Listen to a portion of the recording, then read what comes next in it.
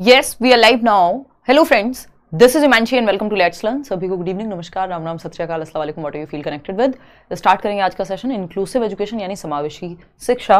अब चाहे वो आपकी RPWD एक्ट की बात हो, चिल्ड्रन विद स्पेशल नीड्स कह लीजिए आप, डिसलेक्सिया, जितनी भी लर्निंग डिसेबिलिटीज़ हैं, ऑटिज्म है, मतलब जो भी RPWD एक्ट में गिवन हैं चीज़ें, सब कुछ हम डिस्कस करेंगे। क्रिएटिव बच्चे हों और 5 नंबर का टॉपिक है सीटेट में, और उसके अलावा किसी भी एग्जाम में, चाहे वो DEET+ भी क्यों ना हो, कोई और एग्जाम क्यों ना हो, 5 नंबर से कम में नहीं आता, ज़्यादा में ही आता है। अगर 30 नंबर के क्वेश्चन पेपर में 5 नंबर में आता है इंक्लूसिव एजुकेशन, तो जहाँ 100 नंबर में पेडागोजी पूछी जा रही है या 40-50 नंबर में पेडागोजी पूछी जा रही है, तो वहाँ ऑफकोर्स ज़्यादा की ही वेटेज रहेगी। तो स्टार्ट करते हैं। ये समावेशी शिक्षा अपने आप में बीरबल की खिचड़ी बन गई, क्योंकि ये पिछले 10 दिनों से लगा हुआ है आपका सेशन, और रोज़ डेट चेंज होती रहती है मेरी तबीयत के कारण। अब फाइनली आज हम इसको कंटिन्यू कर रहे हैं। शाम के 7 बजे से हमें स्टार्ट करना है। आज हम थोड़े से लेट हैं अगेन, ये नया टाइम हमने चेंज किया, तो थोड़ा समय लगेगा इसको एकोमोडेट करने में, है ना। एसिमुलेशन और एकोमोडेशन आपने पियाजे की थियरी में पढ़े हैं, तो उसी की बात हम यहाँ कर रहे हैं। लाइक शेयर सब्सक्राइब आप कर दीजिएगा अगर आपने ना किया हो, और आपको सेशन पसंद आएगा ही, क्योंकि हम बहुत अच्छे अच्छे क्वेश्चंस, कुछ 34 के करीब क्वेश्चंस हैं जो हम करेंगे। Telegram channel let's learn squad, 8 lakh से ज़्यादा लोग हम वहाँ भी जुड़े हुए हैं टेलीग्राम पे भी। It is one of the largest Telegram channels of any educational platform. तो इसको आपको वहाँ पे ज्वाइन कर लेना और PDF आपको मिल जाएगा वहाँ, ठीक। तो स्टार्ट करेंगे। सीटेट का बैच में एडमिशन्स अभी भी ओपन है। अगर आपको लगता है आप पुराने जो सेशंस हैं वो कवर कर लेंगे ज़्यादा सेशंस देख करके दिन में, तो आप अभी भी एनरोल कर सकते हैं। आपके पास 1.5 महीने के करीब का समय है। इसके अलावा DEET+ के बैच में एडमिशन हो या पेडागोजी स्पेशल में हो, वो भी ओपन है। करियरविल ऐप डाउनलोड करके वेबसाइट से आप लीजिएगा रजिस्टर करने के बाद, क्योंकि वेबसाइट के थ्रू आपको डिस्काउंट मिल जाएगा। खैर, आते हैं ये सारी बातें एक तरफ और क्वेश्चंस एक तरफ। क्वेश्चन नंबर 1 है, पोल में आप जवाब देंगे फटाफट से, और ये टाइम अब निश्चित कर लेंगे। तबीयत बहुत बेटर है, मतलब मैं बहुत बेहतर महसूस कर रही हूँ कल के मुकाबले भी, इवन आज। और 7 बजे डेली मिलेंगे। अब 9 बजे वाला टाइम हमने छोड़ दिया है, 7 बजे कर दिया। तबीयत थोड़ी बेहतर रहे, टाइम से सोएं, टाइम से उठें। देखिएगा, identify the disability a child might be suffering from if she he is unable to. यदि कोई बच्चा ऐसा करने में असमर्थ है तो उसकी पहचान करें जिससे वह पीड़ित हो सकता है। यानी क्या समस्या है, अगर ये सारी प्रॉब्लम्स हैं बच्चे की, ये सिम्टम्स हैं, अगर ये ABCD 4 ऑप्शंस, तो क्या समस्या बच्चे को हो सकती है, ये पहचाननी है। पहला ऑप्शन है कॉम्प्रिहेंड टेक्स्ट जेस्चर्स, यानी उसको पाठ को समझने में दिक्कत होती है। ये पाठ इशारों को समझे नहीं, ये एकदम खराब ट्रांसलेशन है ना। हो सकता है पेपर में भी आया हो, या हो सकता है हमारे टाइपिस्ट जी ने एक आध क्वेश्चन में गड़बड़ कर दी हो, है ना। तो मतलब क्या हुआ कि पाठ को पढ़ के समझने में दिक्कत है, पाठ को समझने में दिक्कत, कॉम्प्रिहेंड नहीं कर पा रहा बच्चा, पढ़ के नहीं समझ पा रहा, ये समस्या है। टू मेक कॉन्ट्रैक्शंस, कॉन्ट्रैक्शंस समझते हैं, छोटा रूप, जैसे कैन नॉट को कांट लिख देते हैं, है ना। कैन नॉट को आई हैव को जस्ट ये लिख देंगे हम, है ना। शॉर्ट फॉर्म्स बनाना एक तरह से कॉन्ट्रैक्शंस। कुडंट, कुड नॉट को कुडंट लिख देते हैं हम। तो ये सब क्या है, ठीक है ना। इज नॉट को आई थिंक एंट लिखने लगे हैं आजकल। तो ये भाषा से संबंधित है। Read eight expected rate of speed, यानी गति जितनी अपेक्षित है, एक मान लीजिए 3री क्लास के बच्चे से या 5वीं क्लास के बच्चे से, जिस भी क्लास में बच्चा है, उस गति से, उस स्पीड से वो पढ़ नहीं पाता, है ना। अब मान लीजिए एक 10वीं क्लास का बच्चा और यहाँ पे सतही जोड़ के पढ़े, तो आपको लगेगा यार ये नॉर्मल चीज नहीं है। 10वीं क्लास में तो बच्चा फटाफट से देखते ही सतही पढ़ लेगा, ठीक है ना। Analyse the surface and deep meaning, यानी जो एक ऊपर ऊपर से क्या कहना चाह रहा है कवि, और डेप्थ में, गहराई में क्या कहना चाहता है एक टेक्स्ट या एक चैप्टर, एक जो भी पाठ आपने पढ़ा है उसका डीप में मतलब क्या है, ये समझने में भी दिक्कत है। अब इन चारों चीजों में दिक्कत है, यानी भाषा की दिक्कत है कुछ तो बच्चे को, और ये डिस्ग्राफिया लिखने की बात नहीं है, पढ़ने और समझने से संबंधित दिक्कतें हैं, क्योंकि पढ़ता ठीक से नहीं है, इसलिए स्पीड ठीक नहीं है, समझ नहीं पा रहा है पढ़ के, है ना। भाषा को जोड़ तोड़ के कैसे खेल सकते हैं वो नहीं कर पा रहा। डिस्प्रेक्सिया तो मोटर संबंधी विकार होता है, चलने फिरने में या पेन पकड़ने में। डिस्ग्राफिया होता है राइटिंग संबंधी, कि राइटिंग डॉक्टर्स वाली है कि समझ भी नहीं पा रहे हैं आप, इलेजिबल है, अपठन योग्य, वो डिस्ग्राफिया होता है। यहां पे पढ़ के समझने की दिक्कत है। डिसकैलकुलिया मैथमेटिक्स से रिलेटेड है, कैलकुलेशन की प्रॉब्लम है। तो बचता क्या है, डिसलेक्सिया ही बचता है, डिसलेक्सिया ही बचता है। इसमें से कुछ दिक्कतें डिस्फेजिया में भी होती हैं। डिस्फेजिया यहां ऑप्शन में नहीं है, बट मैं बता दूं, अगर डिस्फेजिया होता ऑप्शन में और डिसलेक्सिया होता, दोनों को साथ में आप बोथ 3 और 4 सही कह सकते थे, या सिर्फ डिस्फेजिया होता तब भी। डिस्फेजिया में बेसिकली होता है कि आप पढ़ के समझ नहीं पा रहे हैं, कॉम्प्रिहेंड नहीं कर पा रहे हैं, दूसरे ने क्या कहा वो नहीं आप समझ पा रहे हैं, ना सुन के समझ पा रहे हैं, ना पढ़ के समझ पा रहे हैं। भाषा को समझने से संबंधित समस्याएं हैं कि कांट का मतलब क्या होता है ये नहीं समझ पा रहे, अगर कॉन्ट्रैक्शन फॉर्म में दे दिया तो, ठीक है ना। रेट पढ़ने का जब समझ नहीं पा रहे हैं तो फिर पढ़ने में दिक्कत आ सकती है। तो ये डिस्फेजिया और डिस्लेक्सिया की तरफ जाने वाला जवाब है, स्पेशली डिस्लेक्सिया। डिस्लेक्सिया क्या है, एक न्यूरोलॉजिकल वायरिंग की थोड़ी सी समस्या है। ऐसा नहीं है कि बच्चे की बुद्धि में कमी है या वो सीख नहीं सकता है ना। फोनोलॉजिकल अवेयरनेस की दिक्कत होती है कि बच्चा साउंड को कनेक्ट करके, जैसे वो ईशान अवस्थी था तारे जमीन पर में, इन बच्चों को पढ़ने में कठिनाई होती है। ब को व पढ़ सकते हैं या बी को डी पढ़ सकते हैं, रिवर्स में पढ़ लेते हैं कई बार। 100 को वॉज, गॉड को डॉग पढ़ सकते हैं, 6 को 9 पढ़ सकते हैं। तो ये इनको पढ़ने में कठिनाई होती है, ठीक है। तो ये डिस्लेक्सिया है। ये सारे लक्षण डिस्लेक्सिया की तरफ हमें इशारा करते हुए नजर आ रहे हैं। डिस्फेजिया ऑप्शन में नहीं है, नहीं तो वो भी सही ही हो जाता। ज्यादातर ऑप्शंस जो हैं उसी के साथ जा रहे हैं। क्वेश्चन नंबर 2, ये दोनों ही भाषा संबंधित लर्निंग डिसेबिलिटी में आते हैं, चाहे वो डिस्फेजिया हो, डिसकैलकुलिया हो, जितने भी डिस वाले शब्द हैं। क्वेश्चन नंबर 2 देखिएगा और जवाब दीजिएगा। Children with learning disabilities, children with learning disabilities यानी सीखने की अक्षमता वाले बच्चे, अधिगम अक्षमता वाले बच्चे, हैव रिटार्डेड मेंटल डेवलपमेंट। देखो ये जो एलडीज कहते हैं जिसको हम लर्निंग डिसेबिलिटीज, ये वर्ड दिया था सैमुअल, ये जो टर्म है सैमुअल किर्क ने 1960 के करीब। तो ये लर्निंग डिसेबिलिटीज कुछ स्पेसिफिक डिसेबिलिटीज हैं कि सीखने से संबंधित दिक्कत है। इसका मतलब ये नहीं है कि जिसको ये जितनी भी डिसलेक्सिया है, डिसकैलकुलिया है, डिसग्राफिया है, डिस्मॉर्फिया है, जितने भी हैं ये सब आपके लर्निंग डिसेबिलिटीज में आते हैं, अधिगम अक्षमता में आते हैं। इसका मतलब ये नहीं बच्चे का आईक्यू कम है, उसकी ब्रेन की वायरिंग उस तरह की है कि उसको वो प्रोसेसिंग वैसे ही होती है। तो इनको सिखाया जा सकता है, इनके आईक्यू में कमी नहीं है। एवरेज आईक्यू वाले बच्चे को भी डिसलेक्सिया हो सकता है। Have retarded of mental development, ऐसा बिल्कुल नहीं है कि मानसिक विकास जो है मंद है, रिटार्डेड है, आईक्यू नहीं है, नहीं। लो आईक्यू बिल्कुल गलत बात। Have confusion between letters and alphabets that look alike, यानी जो लेटर्स और अल्फाबेट लगभग एक जैसे दिखते हैं, जैसे बी और डी, तो इसमें कंफ्यूजन हो सकती है ना। Easily recognise and comprehend sight words, sight words क्या होते हैं, जो मान लीजिए इजीली ही है तो आप जिसको एक नजर में देखते ही पहचान ले, है ना। एक नजर में भी प्यार होता है, किसी ने कहा है, कोई तो गाना वाना है ना, तो वो एक नजर में आप पहचान जाएं जिन शब्दों को, वो साइट वर्ड हैं, पहली नजर में, पहली ही साइट में, है ना। दृष्टि शब्द इनको हम कहते हैं, चाहे वो दृष्टि हो तो आप एक नजर में समझ जाते हैं मतलब क्या है, ठीक। अगर शब्द लिखा हुआ है मान लीजिए टेक, तो ये साइट वर्ड है जिसको एक बार में देख करके समझ जाते हैं। अगर मैं यहां पर वेनम लिख दूं तो कई लोगों के लिए मुश्किल हो जाएगा, जो हिंदी मीडियम से होंगे उनको लगेगा कि ये जो है साइट वर्ड नहीं है, क्योंकि हमने बहुत बार देखा नहीं है। मल्टीपल बार जो शब्द हमारे सामने आते हैं उनको हम साइट वर्ड कह देते हैं, जिनको एक नजर में पहचान जाए हम। तो वेनम हो सकता है, लेकिन इंग्लिश मीडियम वालों के लिए हो सकता है वेनम जो है नॉर्मल वर्ड हो, या हो सकता है न्यूज बहुत देख ली हो एलवी यादव वाली, तो स्नेक वेनम से वेनम जो है साइट वर्ड बन गया हो, एक्टिव वोकैबुलरी में आ गया हो। एक्टिव वोकैबुलरी और पैसिव वोकैबुलरी होती है ना इंग्लिश पेडागोजी में, यानी एक्टिव वोकैबुलरी वो शब्द जो हम मल्टीपल टाइम्स यूज कर रहे हैं, और पैसिव वोकैबुलरी वो जो हमें पता है बट हम यूज नहीं करते कभी। तो हो सकता है कई लोगों को वेनम पता होगा बट वो एक्टिव वोकैबुलरी में तभी आया जब चीजें न्यूज में बहुत ज्यादा, जैसे फॉर एग्जांपल जो डीमोनेटाइजेशन शब्द है, तो डीमोनेटाइजेशन हमारी एक्टिव वोकैबुलरी में था ही नहीं जब तक वो 500,000 के नोट बैन नहीं हो गए। या कोरोना में अगर हम बात करें, जो कई सारे ऐसे शब्द थे ना, जो एक तो सॉरी हाँ क्वारंटाइन और ये सब शब्द जो हैं, और भी एक दो शब्द इस तरह के थे जो उस टाइम पे चलते थे, तो वो हमारे लिए साइट वर्ड नहीं थे बट बन सकते हैं जब बार बार सामने आएंगे। तो साइट वर्ड को इजीली पहचानने में डिस्लेक्सिया तो नहीं है बच्चे को, या लर्निंग डिसेबिलिटी तो नहीं है, वो तो अच्छी बात है, पहचान पाता है, पहचानने चाहिए किसी भी नॉर्मल इंसान को, ठीक है ना। But have confusion between letters and alphabets that look alike, यानी एक जैसे दिखने वाले अक्षरों और वर्णों के बीच में अगर भ्रमित होता है बच्चा, तो उसको आपकी लर्निंग डिसेबिलिटी हो सकती है, उसमें भी डिस्लेक्सिया हो सकता है कि वो एक जैसे दिखने वाले शब्दों में, चाहे वो 6 हो 9 हो, है ना, वो रिवर्स में पढ़ लेता है कई बार, बी हो डी हो, ब हो व हो, वहां पे उसको कंफ्यूजन हो सकती है। तो ये डिस्लेक्सिया का उदाहरण है। बात ठीक है या नहीं है? ठीक है। कितने लोगों ने थर्ड ऑप्शन दिया है? 64%। चलिए बहुत बढ़िया। सेकंड क्वेश्चन का, क्वेश्चन नंबर 3 पे चलते हैं। क्वेश्चन नंबर 3 देखते हैं, एक बार समझते हैं। विच of the following is a typical characteristic of students with autism? Autism वाले बच्चों के बारे में कौन सी एक विशेषता है? निम्न में से कौन सा गुण प्राय स्वालीनता ग्रहित विद्यार्थियों में देखा जा सकता है? यानी ऑटिस्टिक बच्चे में कौन से गुण को हम देख सकते हैं?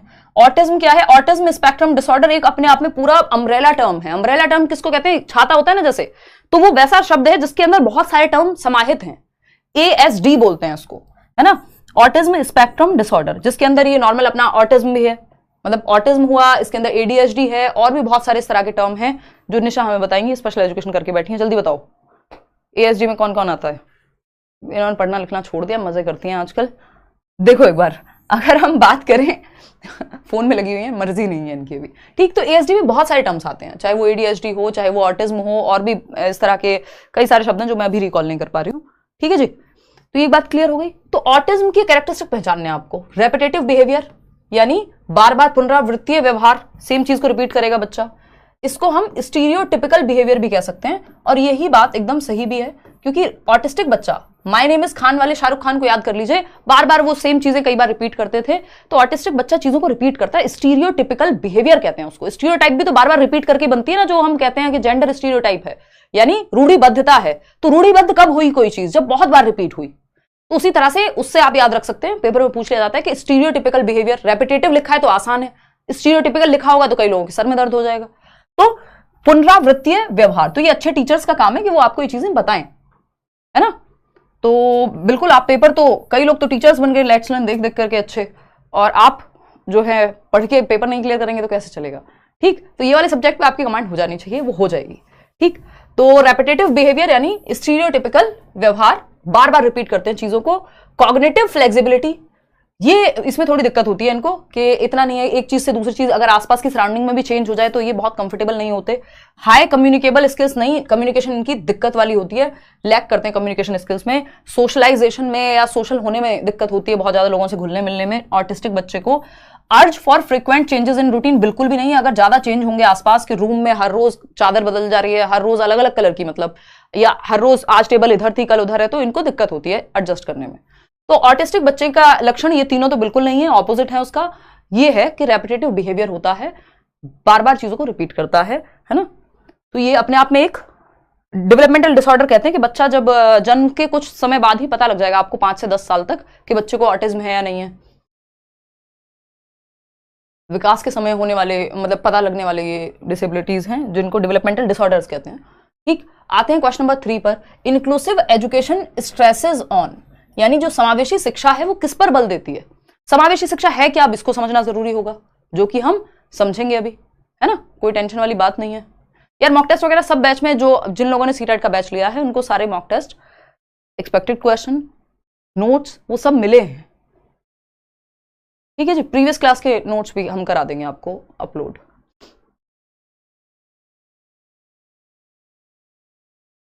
डिस्कस कर लेंगे। प्रांजल अभी तो बहुत समय है हमारे पास, अगर आप अब से भी सिर्फ यूट्यूब की क्लास भी अच्छे से अटेंड कर रहे हैं तो काफी हेल्प आपको मिल जाएगी सीटेट में। 53% लोग ए ऑप्शन कह रहे हैं। देखते हैं एक बार, इंक्लूसिव एजुकेशन यानी समावेशी शिक्षा किस पर बल देती है, किस पे जोर देती है? समावेशी शिक्षा है क्या कि हर तरह का बच्चा सीख पाए। फर्स्ट ऑप्शन कह रहे हैं 59% लोग। Enhancing the potential of each student, बिल्कुल हर बच्चे के अंदर की क्षमता को बढ़ाने पर, कि जो पोटेंशियल है वो निखर के आए। अगर कोई बच्चा बहुत अच्छा गिटार बजाता है तो वो उसमें हम उसको हेल्प कर पाए, स्पोर्ट्स में अच्छा है तो उधर हम हेल्प कर पाए, जो बैरियर्स, जो बाधाएं उसके सामने आ रही हैं उनको दूर कर पाए हम। एक बच्चा है जिसको देखने में दिक्कत है, उसको भी हम सिखा पाए, उसके अंदर भी तो एक पोटेंशियल होगा कुछ छिपा हुआ, तो उसको हम निकाल करके ला पाए। इसीलिए हम इसको एजुकेशन फॉर ऑल कहते हैं, सभी के लिए शिक्षा। सभी के लिए शिक्षा का जो सिद्धांत है वो समावेशी शिक्षा फॉलो करती है, और दूसरा इक्विटी बेस्ड होती है। ये इसका जो प्रिंसिपल है समावेशी शिक्षा का यानी इंक्लूसिव एजुकेशन का, वो समता बेस्ड है, इक्विटी बेस्ड है, कि सबको इंक्लूड करें हम नीड के अकॉर्डिंग। इक्वालिटी नहीं, इक्विटी। इक्वालिटी से बेटर है इक्विटी। यहाँ पे हर तरह के बच्चे को समझ पाए आप। इक्वालिटी क्या हो जाएगा, एक बच्चा है जो चल नहीं सकता, व्हील चेयर पे है, और एक बच्चा है जो दौड़ सकता है, बहुत अच्छा धावक है, और दोनों कह दिया जाए दोनों साथ दौड़ो, ये इक्वालिटी हो गई। लेकिन ये मूर्खता हो जाएगी। कई जगह पे इक्वालिटी बेवकूफी नजर आती है। तो इक्विटी जरूरी है वहां पे कि आपको बच्चे की नीड के अकॉर्डिंग समझनी है चीजें। तो ये पूरी एजुकेशन जो है इंक्लूसिव एजुकेशन इक्विटी बेस्ड होती है, समता बेस्ड होती है, ना कि समानता based. Viewing gaps in learning as deficiencies, बिल्कुल भी नहीं। इंक्लूसिव एजुकेशन गैप्स क्या होते हैं, सीखने में कमी रहेगी। मान लो किसी को अभी कोई कह रहा था कोलबर्ग का 6th स्टेज समझा दो, तो ये गैप रह गया है कि उनको वो समझने में दिक्कत है। तो मैं किसी क्लास में डिस्कशन करूंगी, या पुराना वो कोलबर्ग का सेशन देखेंगे, समझ आ जाएगा, ठीक। या आगे कभी हम डिस्कशन करेंगे तो समझ आ जाएगा। लेकिन गैप्स का मतलब डेफिशिएंसी नहीं है कि ये कमी ही है, ये व्यक्ति में ही कुछ कमी है कि जो समझ नहीं पाया। गैप्स को डेफिशिएंसी नहीं की तरह नहीं देखती इंक्लूसिव एजुकेशन। गैप्स के लिए तो रेमेडियल क्लासेस होती हैं, हम एक्स्ट्रा क्लासेस लगाते हैं, 70 चीजें करते हैं, तो गैप्स कोई बुरी बात नहीं है। Assessing cognitive skills on the basis of academic performance, बच्चे के दिमाग के स्तर को आप कितना बढ़िया नंबर लेके आ रहा है वो इस बात पे आप जज कर रहे हैं, ये भी कहना गलत है। इंक्लूसिव एजुकेशन ये नहीं करती, सबको इंक्लूड करती है, चाहे कोई टॉपर है, गिफ्टेड बच्चा है, चाहे कोई स्पेशल बच्चा है जिसकी स्पेशल नीड है, देखने में दिक्कत है, हर तरह के बच्चे को इंक्लूसिव एजुकेशन, नाम ही है इंक्लूसिव यानी इंक्लूड करना हर बच्चे को, एजुकेशन फॉर ऑल। जैसे मदर नेचर, बारिश होती है सब पे होती है, धूप निकलती है सबके लिए निकलती है, चाहे आप अमीर हैं गरीब हैं, चल सकते हैं नहीं चल सकते हैं, दिखता है नहीं दिखता है, नेचर सबके लिए एक जैसा है, इसलिए मदर नेचर कहते हैं, प्रकृति।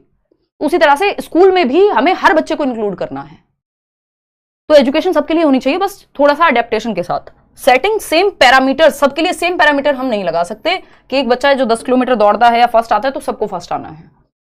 अपने हर बच्चे में यूनिक है हर बच्चा, उसके अंदर जो क्षमता छिपी हुई है उसको बाहर निखार के लाना है, ये है बात जो कि फर्स्ट ऑप्शन कहता है। तो ये दो सिद्धांत मैंने कई बातें आपको बताई, एक तो इक्विटी बेस्ड है, एजुकेशन फॉर ऑल है। अगर हम इंक्लूसिव एजुकेशन की बात करें, समावेशी शिक्षा की, तो इंडिविजुअल डिफरेंसेस होते हैं, व्यक्तिगत विभिन्नताएं होती हैं। 1 नंबर का टॉपिक है आपका, हम सब एक जैसे नहीं हो सकते, बिल्कुल एक जैसे हो जाएंगे तो हम रोबोट्स बन जाएंगे, है ना। 2 पेन एक जैसे हो सकते हैं, 2 फोन एक जैसे हो सकते हैं, 2 गाड़ियां एक जैसी हो सकती हैं, 2 लोग थोड़ी एक जैसे हो सकते हैं, डिट्टो सेम नहीं हो सकते, अंतर उनमें पाए जाएंगे। चाहे आपको मान लीजिए मुझे चाय पसंद है, निशा को कॉफी हो सकती है, या आपको कुछ और हो सकता है, तो अंतर तो पाए जाएंगे। ऐसे देखने से काम नहीं चलेगा, तुम्हें भी चाय पसंद है, ठीक है, ठीक। देखिए, तो एक बच्चा मान लीजिए जो आपकी बैसाखी से स्कूल आता है, क्या कहते हैं इसको, मैं बार बार भूल जाती हूँ, नहीं कल किसी ने बताया था, मैं भूल जाती हूँ, मतलब कॉमन शब्द है बट वो दिमाग से निकल जाता है, ठीक। और अगर हम बात करें यहाँ पे, एक बच्ची है जो नॉर्मली स्कूल आ रही है, बहुत ब्राइट है पढ़ने में, एक बच्चा है जो व्हील चेयर से आ रहा है, एक बच्चा है जो ऐसे परिवार से आता है जिसको बहुत ज्यादा, जो फर्स्ट जनरेशन लर्नर है, यानी उसके खानदान में दुनिया में जनरेशंस में कोई नहीं पढ़ा उसकी दुनिया में, ठीक है ना। नहीं, हैंडीकैप नहीं कहते, हैंडीकैप कहना भी अपने आप में गलत शब्द है, समाज बनाता है हैंडीकैप, है ना। क्रच कह सकते हैं, हाँ क्रचेस कहते हैं। वॉकर तो फिर वो अलग हो जाएगा, वॉकर डिफरेंट होता है, क्रचेस हो गए। तो कोई क्रचेस से आ रहा है मान लो, तो ये आपका सबको इंक्लूड करना है, सबके अंदर जो पोटेंशियल है उसको निकाल करके लाना है, एक छत के नीचे सबको सिखाना है, रेगुलर स्कूल में पढ़ाना है सबको, एजुकेशन फॉर ऑल। इसीलिए इंक्लूसिव एजुकेशन कह रहे हैं कि एक सामान्य स्कूल में, ऐसा जरूरी नहीं है कि सिर्फ जिस बच्चे को कोई भी दिक्कत है, जो देख नहीं सकता, तो उसको स्पेशल स्कूल में जाना पड़ेगा जो ब्लाइंड स्कूल में है, ये मजबूरी नहीं होनी चाहिए, कोई चॉइस से जा रहा है बात अलग है, ठीक। तो इंक्लूसिव एजुकेशन सभी के लिए शिक्षा पे बल देती है, इतनी बात क्लियर है। चलिए आगे बढ़ते हैं, समझते हैं कहानी क्या है। और क्वेश्चन नंबर 5, अगर आप ये 34 क्वेश्चंस अच्छे से कर लेते हैं, इंक्लूसिव एजुकेशन के 99%, 99.9% क्वेश्चंस आपके सॉल्व हो जाने चाहिए, है ना। हाँ देखिएगा क्वेश्चन नंबर 5, एक तो यहाँ पे आजकल नंबर्स नहीं दिखते हैं, आज मेरा रिचार्ज खत्म होने वाला है, इसके कह रहे हैं करा लीजिए, 1 महीने की जरूरत पड़ेगी आपको, पेपर आपका आने को ही है बिल्कुल। फटाफट से बताओ मुझे, कमेंट करके फटाफट से बताओ, देखना एक बार, बहुत ही बढ़िया। चलिए समझते हैं कहानी क्या है। निशा जी को ज्यादा नहीं, बस 100 ग्राम दिखा दीजिए, 100 ग्राम में ये दिख ही नहीं पाएंगी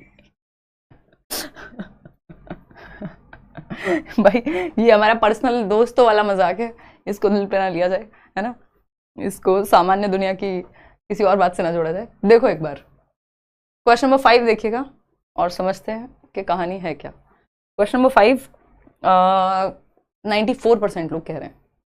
असर्शन क्या है भाई, कथन और कारण।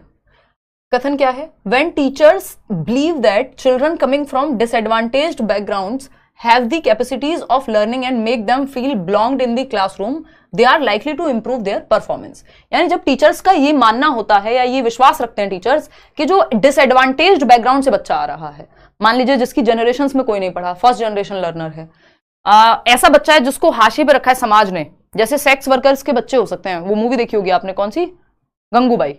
या फिर अगर मैं बात करूं डिसएडवांटेज बच्चे और क्या हो सकते हैं, जो डेप्राइव्ड है, वंचित रह गए किसी भी वजह से, सोशियो इकोनॉमिक स्टेटस बहुत लो है, पढ़ने के पैसे नहीं है बिल्कुल, तो वो भी डिसएडवांटेज ही है एक तरह से, है ना। कोई ऐसे जाति समूह का बच्चा हो सकता है जिसको समाज ठीक नजर से ना देखता हो, वो भी अलाभान्वित हुआ, वंचित समूह वर्ग हो गया, डेप्राइव्ड एंड डिसएडवांटेज्ड। लेकिन हमें तो हर बच्चे को पढ़ाना है ना, सीख तो वो भी सकता है। तो टीचर्स को ये मानना चाहिए कि चाहे डिसएडवांटेज बैकग्राउंड से आ रहा हो बच्चा, लेकिन उसके अंदर कैपेसिटी है लर्निंग की, और उनको बिलोंग्ड फील कराना है क्लासरूम में कि आप भी इसी क्लास का पार्ट हो। इस बात से कोई फर्क नहीं पड़ता आप किस जाति समूह से आते हो, क्लास में हैं तो हम एक टीम है अपने आप में। ठीक है ना, इतनी बात क्लियर है? बहुत बढ़िया, फर्स्ट चॉइस बेनीवाल। चलिए, तो अगर हम बात करें रीजन क्या है इसका, ये बात तो सही है, इससे क्या होगा, बच्चे की परफॉर्मेंस इंप्रूव होगी। क्यों? क्योंकि उसको लगेगा ये तो मेरा भी स्कूल है, ये तो मेरी भी क्लास है, मैं भी पढ़ सकता हूं, चाहे मैं किसी भी जाति समूह से आता हूं, किसी भी चाहे मैं गरीब हूं, अमीर हूं, चाहे मुझे कोई और समस्या है, कोई फर्क नहीं पड़ता, मैं भी पढ़ सकता हूं। तो ये तो पॉजिटिव बात हो गई, बच्चे के पक्ष में है ये बात, और जो बच्चे के भले में होता है जो स्टेटमेंट, वो बेहतर है। इसका रीजन क्या है?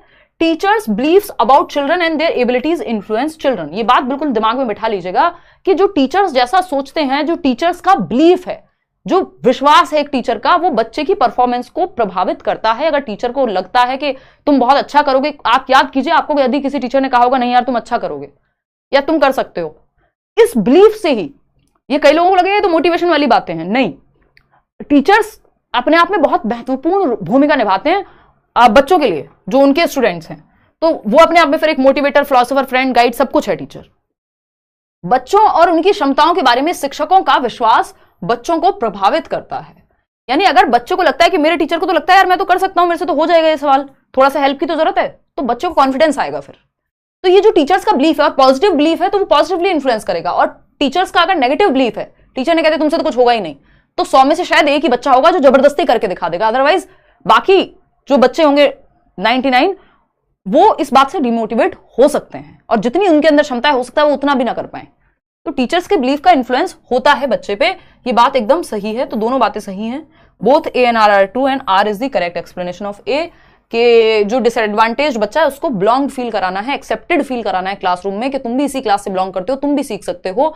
क्यों करना है ऐसा? क्योंकि टीचर का जो बिलीफ है वो बच्चे की एबिलिटी पे प्रभाव डालेगा।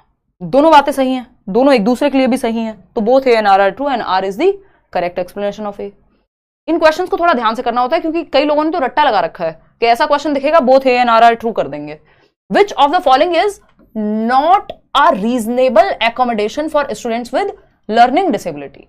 यानी एक बच्चा जिसको सीखने की अक्षमता है, यानी कोई भी डिसेबिलिटी है, लर्निंग डिसेबिलिटी, जिसमें डिसलेक्सिया, डिसकैलकुलिया, डिसग्राफिया, ये सब आते हैं, डिस्फेजिया, अभी मैं एक लिस्ट बना के आपको बता भी दूंगी जो जरूरी है। ठीक है ना? पूनम बताइए, तो सीखने की अक्षमता वाले छात्रों के लिए निम्नलिखित में से कौन सा उचित समायोजन नहीं है? नॉट राइट, यानी सही नहीं है। उन बच्चों को जिनको कोई भी लर्निंग डिसेबिलिटी है, उनको ठीक तरीके से इंक्लूड करने का तरीका क्या नहीं है, उनके साथ, उनके लिए क्या गलत है? पहला ऑप्शन है allowance for frequent breaks between task. मान लीजिए एक बच्चा है जो ज्यादा ध्यान उसका नहीं लग पाता है ना, एडीएचडी वाला भी बच्चा हो सकता है यहाँ पे, यानी अधिगम अक्षमता हो सकती है उसको, सॉरी एडीएचडी क्या होगा, अटेंशन डेफिसिट, ज्यादा देर तक ध्यान नहीं टिका पाता। डेवलपमेंटल डिसऑर्डर हो सकता है, एडीएचडी हुआ चाहे ऑटिज्म हुआ, है ना, या फिर डिसलेक्सिया भी है, या डिसग्राफिया भी है, या कुछ और है। तो अटेंशन में मान लीजिए दिक्कत है, तो इसमें सारी चीजें आ जाएंगी। तो आप टास्क के बीच में विराम दे सकते हो ताकि वो थोड़ा सा रिलैक्स्ड महसूस करे या रिफ्रेश्ड महसूस करे। पॉजिटिव बात है ये। तो बच्चे के, देखो जो बात बच्चे के हित में होती है वो सही होती है, हमें नेगेटिव चाहिए क्योंकि नॉट लिखा हुआ है, तो ये तो पॉजिटिव बात हो गई।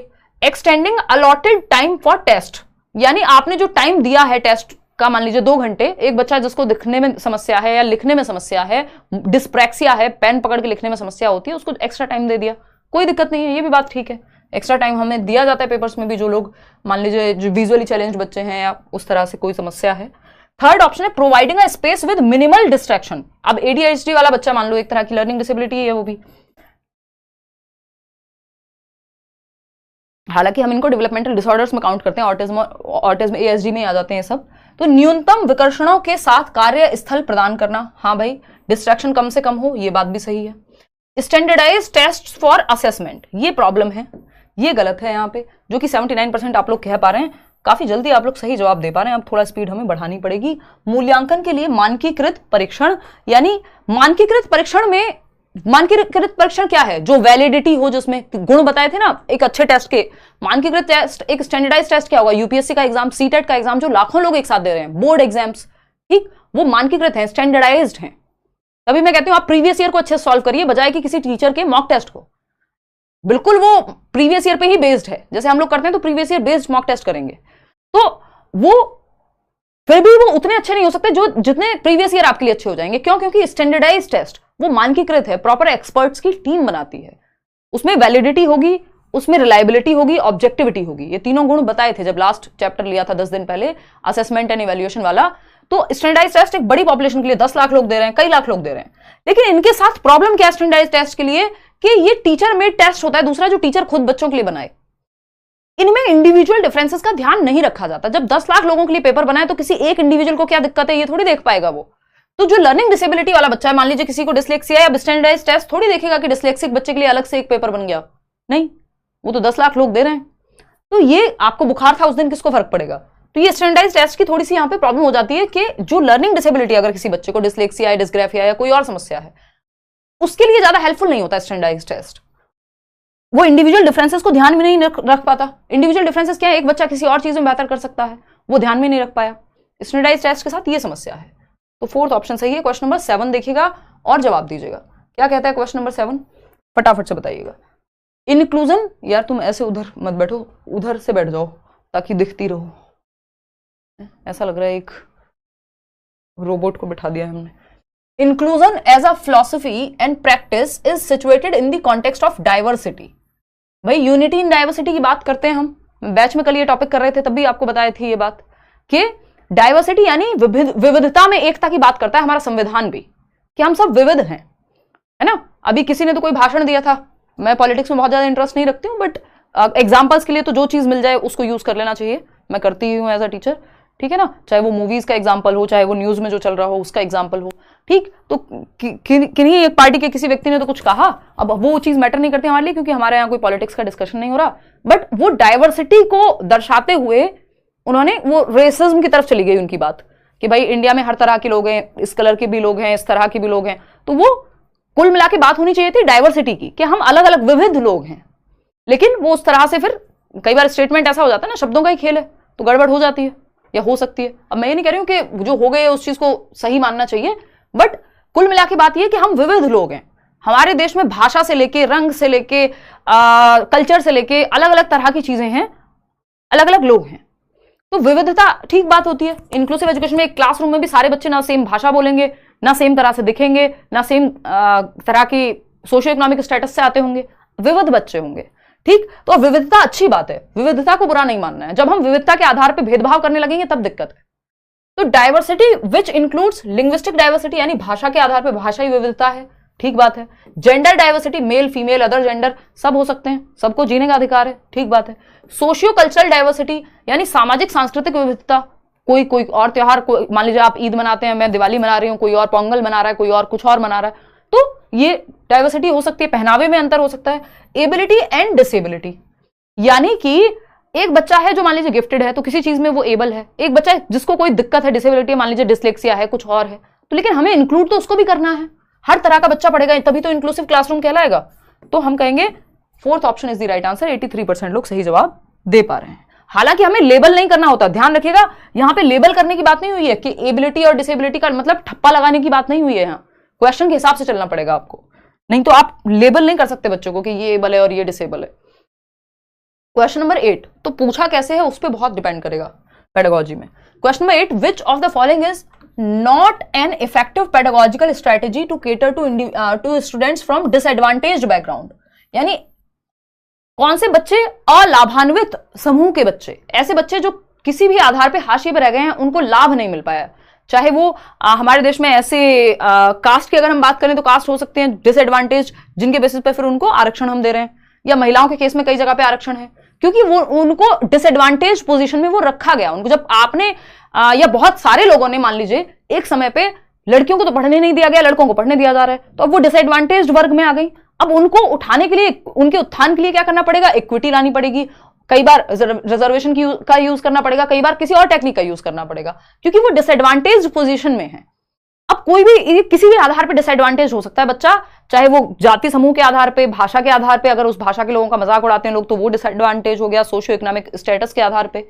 तो कौन सा एक तरीका नहीं है सही जिससे डिसएडवांटेज बैकग्राउंड के बच्चे को इंक्लूड किया जाना चाहिए? Link learning activities with the social and cultural environment of the students, सीखने की गतिविधियों को छात्रों के सामाजिक और सांस्कृतिक वातावरण से जोड़ना। यानी जिस बैकग्राउंड से बच्चा आ रहा है, तो आप आप दिवाली का भी एग्जाम्पल लीजिए, क्लास में ईद का भी लीजिए, बाकी त्योहारों का भी लीजिए, है ना, गुरुपूरब का भी लीजिए, जो आपको मन करे, मतलब सभी बच्चों को इंक्लूड करना है, ये बात तो पॉजिटिव है। हमें क्या चाहिए, नॉट वाला जवाब चाहिए, यानी जो गलत है वो सही होगा हमारे लिए, तो हमें तो गलत चाहिए, ये तो सही है, ये तो पॉजिटिव है। Dismiss expression in local language, बच्चे की स्थानीय भाषा में एक्सप्रेस मत करने दो, तो ये तो गलत तरीका है ना, डिसमिस नहीं कर सकते आप। मेक इट, तो ये नेगेटिव लग रहा है, देखेंगे अभी। Make it compulsory for them to take tuitions at home, बच्चों को ट्यूशन लेने के लिए मजबूर कर दो, ये भी गलत ही लग रहा है मुझे, तो मुझे क्या, ये है ही गलत। Expression in local language, local language में एक्सप्रेशन, ये भी नेगेटिव ही बात है। Focus on reproduction of school knowledge as it through repeated practice, बार बार प्रैक्टिस करा के आप जो स्कूल में रटवाया गया है उसी को उगलवाना चाहते हैं, तो तीनों ही बातें गलत हैं। पॉजिटिव क्या है इसमें, फिर से क्वेश्चन पढ़ना पड़ेगा, कहीं तो कुछ गड़बड़ हुई है यहाँ पे। Which of the following is not an effective pedagogical strategy to cater to students from disadvantaged backgrounds, वंचित पृष्ठभूमि के छात्रों के अनुसार शिक्षण के लिए निम्नलिखित में से कौन सी एक प्रभावी शैक्षणिक रणनीति नहीं है, नॉट पूछा है। देख लेते हैं भाई, link learning activities with the social and cultural environment of the students, यही पॉजिटिव है, बाकी सब तो यहाँ नेगेटिव ही लग रहे हैं, कि अगर आप बच्चे की लोकल भाषा में उसको नहीं अभिव्यक्ति करने दे रहे हैं, उसको खारिज कर दे रहे हैं, कंपलसरी लगा दे रहे हैं कि ट्यूशन तो लेना ही पड़ेगा, बार बार बस रट्टा लगवा के सिर्फ उगलवाना चाहते हैं चीजें, ये तीनों ही बातें गलत हैं। हमें क्या करना पड़ेगा, ये क्वेश्चन ही गलत है, हमें ये नॉट हटाना पड़ेगा यहां से, हमें ये नॉट यहां से हटाना पड़ेगा। कौन सी रणनीति है, अगर सवाल ऐसे होगा, हो सकता है पेपर में गलती रही हो, या फिर टाइपिंग की गलती रही हो, या क्वेश्चन बनाने में गलती हुई हो, तो ये सिर्फ एक ही बात यहाँ पे पॉजिटिव है, बाकी तीनों तो नेगेटिव ही है ना, तो first option is the right answer, बाकी तीनों तो नेगेटिव हैं। तो इस क्वेश्चन को हम चेंज कर देंगे, इसमें से नॉट हटा देंगे क्योंकि ये गलत है। आगे बढ़ेंगे क्वेश्चन नंबर 9 पर और जवाब दीजिएगा आप। क्वेश्चन नंबर 9 क्या कहता है भाई, students struggling with dash often face difficulties in mathematical concepts and computation, यानी डैश के साथ संघर्ष करने वाले विद्यार्थियों को अक्सर गणितीय अवधारणाओं और गणना में कठिनाइयों का सामना करना पड़ेगा। गणित से संबंधित विकार, डिसेबिलिटी जो मैथमेटिक्स से रिलेटेड हो, कैलकुलेशन से रिलेटेड हो, डिसकैलकुलिया, देख लो मैं ही गलत बता रही हूं, मैं चेक कर रही थी आप लोगों को, ठीक है ना, यही तो कहते हैं टीचर्स, है ना, तो आप समझ जाया करो, जब भी मैं ये क्या करूंगा, मैं चेक कर रही थी आपको।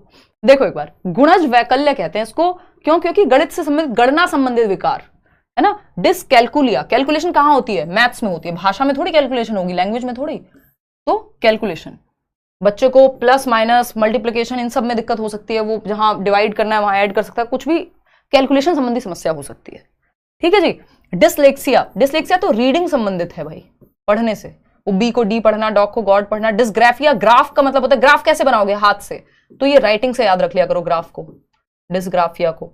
ऑटिज्म में आपको पता है कम्युनिकेशन में दिक्कत होगी, सोशली घुलने मिलने में दिक्कत होगी, माय नेम इज खान के शाहरुख खान को याद कर लो, है ना। स्टीरियोटिपिकल बिहेवियर होगा, तो ये क्या है, स्टीरियोटिपिकल बिहेवियर मतलब रेपिटेटिव, तो फर्स्ट ऑप्शन यहां सही है, डिसकैलकुलिया। क्वेश्चन नंबर 10 देखना एक बार, ये क्या कहता है भाई, अब जितना रिवीजन हो सके, जो भी आपने पढ़ लिया है उसको रिवाइज भी करना है, नए क्वेश्चंस भी करने हैं, पुराने भी जितना हो सके, प्रीवियस ईयर को भी अच्छे से रिवाइज करना है। जिसने अच्छे से प्रीवियस ईयर कर लिया पिछले 3 से 5 साल का, मोर देन एनफ है, इवन 3 साल का भी। आपकी टिप्स में होना चाहिए, आपके कॉन्सेप्ट क्लियर होने चाहिए, सिर्फ सही और गलत का उत्तर नहीं देना होता। हाँ, जो सही है वही गलत है, क्योंकि पूछा ही गलत है, बिल्कुल तरुण तिवारी सही समझे आप, यही अपना स्टाइल है। क्वेश्चन नंबर 10 देखिए, मल्टीपल, बाबू राव का, हाँ, multiple ways of dash are of importance for success, ये बहुत अच्छा क्वेश्चन है, जरूरी है, इसको समझेंगे अभी। Multiple ways of dash are of importance for successful implementation of UDL, यानी यूनिवर्सल डिजाइन फॉर लर्निंग। अब यूडीएल क्या है, स्पेशल, अगर हम बात करें इंक्लूसिव एजुकेशन की, समावेशी शिक्षा की, तो स्पेशल बच्चों को भी और नॉर्मल बच्चों को भी अच्छे से पढ़ाने का एक अप्रोच है, एक डिजाइन है, एक तरीका है। सार्वभौमिक डिजाइन के सफल कार्यान्वयन के लिए क्या महत्वपूर्ण है, ये सार्वभौमिक डिजाइन यानी यूनिवर्सल डिजाइन ऑफ लर्निंग, सार्वभौमिक सीखने का डिजाइन कह सकते हो आप। यूडीएल इंक्लूसिव एजुकेशन में हम यूज करते हैं, नॉर्मल बच्चा और स्पेशल बच्चा, यानी जिसकी special need, children with special need या कोई भी डिसेबिलिटी है, हर तरह के बच्चे को हम उसकी नीड के अकॉर्डिंग इंक्लूड कर पाए, तभी यूनिवर्सल कह रहे हैं। यूनिवर्सल मतलब सार्वभौमिकरण, यानी हर बच्चे को हम सिखा पा रहे हैं। तो अब यहां पे बात बनती है कि कौन सा ऑप्शन सही होगा। Multiple ways of what, representation, action, engagement, labelling. अब हमें पता है लेबलिंग तो नहीं होगा, बच्चे पे ठप्पा लगाना, ये वीक है, ये फर्स्ट है, ये बेहतर है, ये अच्छा है, ये गलत तरीका होगा, तो ये तो गलत हो गया, बाकी तीनों तो पॉजिटिव है।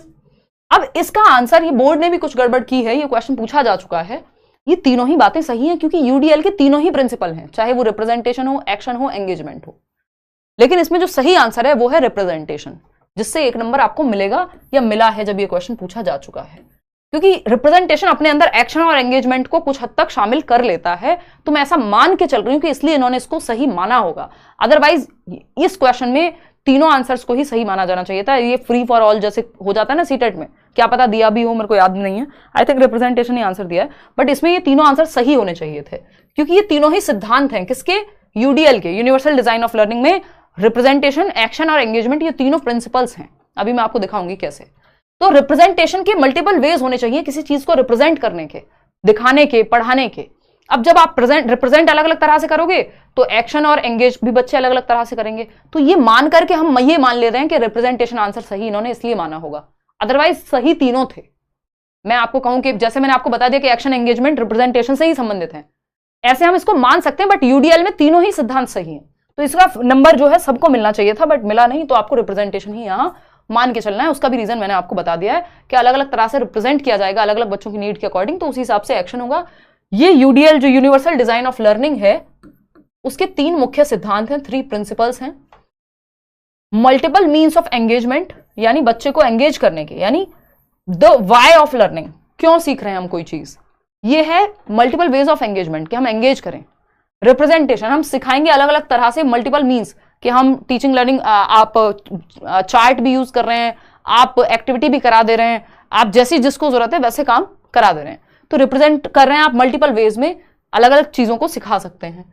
एक्शन और एक्सप्रेशन का भी तरीका डिफरेंट हो सकता है। एक बच्चा जिसको डिसलेक्सिया है तो जरूरी नहीं हम उसको पढ़ने के लिए कहें, हम उसको किसी और वे में समझा सकते हैं, प्रिंटेड मटेरियल दे सकते हैं बजाय कि उसको लिखने और पढ़ने पे ज्यादा फोकस कराएं, या उसको फोनेमिक ट्रेनिंग होती है कि वो पढ़ना उस तरह से सीख जाए। तो अलग अलग बच्चों के लिए एक्शन एंड एक्सप्रेशन अलग, रिप्रेजेंटेशन अलग, एंगेजमेंट का तरीका अलग, ठीक है ना। अगर यहां पे ये क्वेश्चन तब या तो हम सही मानते, नहीं क्वेश्चन आया ऐसे ही हुआ है, या तो हम तब सही मानते कि इसमें नॉट लगा देते तो फिर सिर्फ लेबलिंग बच जाता, बाकी तीनों ठीक थे, है ना। अगर नॉट लगा देते, आप लोग में से एक आध बंदा सही कह रहा है ये बात, ठीक है जी। चलिए एसएसटी की भी कराएंगे यार क्लास, लाल पीले मत हुआ करो। तो मैंने आपको तीनों ही चीजें बता दी हैं। अगर इस तरह क्वेश्चन आ जाए और एक ही चूज करना पड़े तो रिप्रेजेंटेशन चूज कर लीजिएगा, क्योंकि रिप्रेजेंटेशन में जिस तरह से आप रिप्रेजेंट कर रहे हैं, पढ़ा रहे हैं, फिर उसमें एंगेजमेंट और एक्शन वैक्शन सब आ जाएगा, अदरवाइज तो तीनों सही है। तो ये शायद ही कहीं डिस्कशन हो, ये जरूरी है कि आप ये जान लें, ठीक। चलिए समझते हैं नेक्स्ट क्वेश्चन को। Question number 11, dyslexia is a dash condition which impacts learners ability to dash. गाना भी गा दो, आप एक काम करो हमें डिस्टर्ब। मैथ्स पेडागोजिकल ले लेंगे यार सेशन, फटाफट से बताओ। हाँ लाल पीले हो रहे हो यार आप लोग, कमेंट्स वो करते हो ना, ये इमोजी यूज करने को लाल पीला होना कहती हूँ मैं। देखो एक बार फटाफट से बताओ। एक तो यहाँ पता नहीं लगता है आजकल, ये नया कुछ इन्होंने सिस्टम निकाल दिया है, कितने लोग लाइव हैं कुछ नहीं दिख रहा है ना, फोन में पता लग रहा है। चलिए बहुत बढ़िया, 7 बजे का टाइम आप फिक्स रखेंगे, देखना एक बार। 4th ऑप्शन 76% लोग कह रहे हैं, देखना। Dyslexia is a dash condition, कैसी कंडीशन है, फिजियोलॉजिकल, शरीर दिखता थोड़ी है कि मान लीजिए मुझे डिसलेक्सिया है, आप देख के बता ही नहीं पाएंगे, तो फिजियोलॉजिकल थोड़ी है कि कहीं शरीर में कहीं कुछ दिक्कत होगी तब डिसलेक्सिया है, नहीं। ईशान अवस्थी अगर आपने देखा हो मूवी में तो कहीं दिखता थोड़ी है कि ईशान अवस्थी के चेहरे पे लिखा है कि डिसलेक्सिया ही होगा, पूरे स्कूल में नहीं पता लग पाया, अंत में जाके आमिर खान पता लगा रहे हैं तो कि बच्चे को दिक्कत है, वो देख के पता ही नहीं लगती, फिजियोलॉजिकल शरीर में थोड़ी कहीं लिखा है। सोशलाइज करने में वो ऑटिस्टिक बच्चे को होती है, डिसलेक्सिया वाले बच्चे को सोशलाइजेशन में सच बहुत बड़ी समस्या होगी, जरूरी नहीं है। सेंसरी भी नहीं है कि कोई सेंसेस की दिक्कत है, दिखने में दिक्कत है या कुछ, ऐसा भी नहीं है, तो ये भी गलत हो गया। कोऑर्डिनेशन ऑफ बॉडी मूवमेंट्स नहीं, इमोशनल ड्रॉ पिक्चर्स नहीं, पिक्चर ड्रॉ करना तो फिर वो डिस्ग्राफिया में आ जाएगा। न्यूरोलॉजिकल है, न्यूरोलॉजिकल यानी इनकी ब्रेन की जो न्यूरॉन्स की वायरिंग है वो डिफरेंट होती है, बाकी और कोई दिक्कत नहीं है इनको। तो हो सकता है आपको एक किसी और तरह से दिखता हो, इनको वो शब्द उल्टे पुल्टे दिखते हो, है ना। तो ये तंत्रिकीय या न्यूरोलॉजिकल और ध्वनियों को प्रतीक चिन्हों के साथ जोड़ने की दिक्कत है कि वो GOD गॉड तो जोड़ के नहीं पढ़ पाता, उसको दिक्कत होती है साउंड्स को कि गॉड की साउंड किससे कैसे रिलेट होके फिर क्या शब्द बनेगा, इसमें उसको समस्या होती है, यानी फोनेमिक अवेयरनेस कहते हैं इसको। तो फोनेमिक अवेयरनेस में फोनीम होते हैं ना, साउंड को जब हम जोड़ते हैं अक्षर के साथ। क्वेश्चन नंबर 12 देखिएगा, फटाफट से सॉल्व कीजिएगा।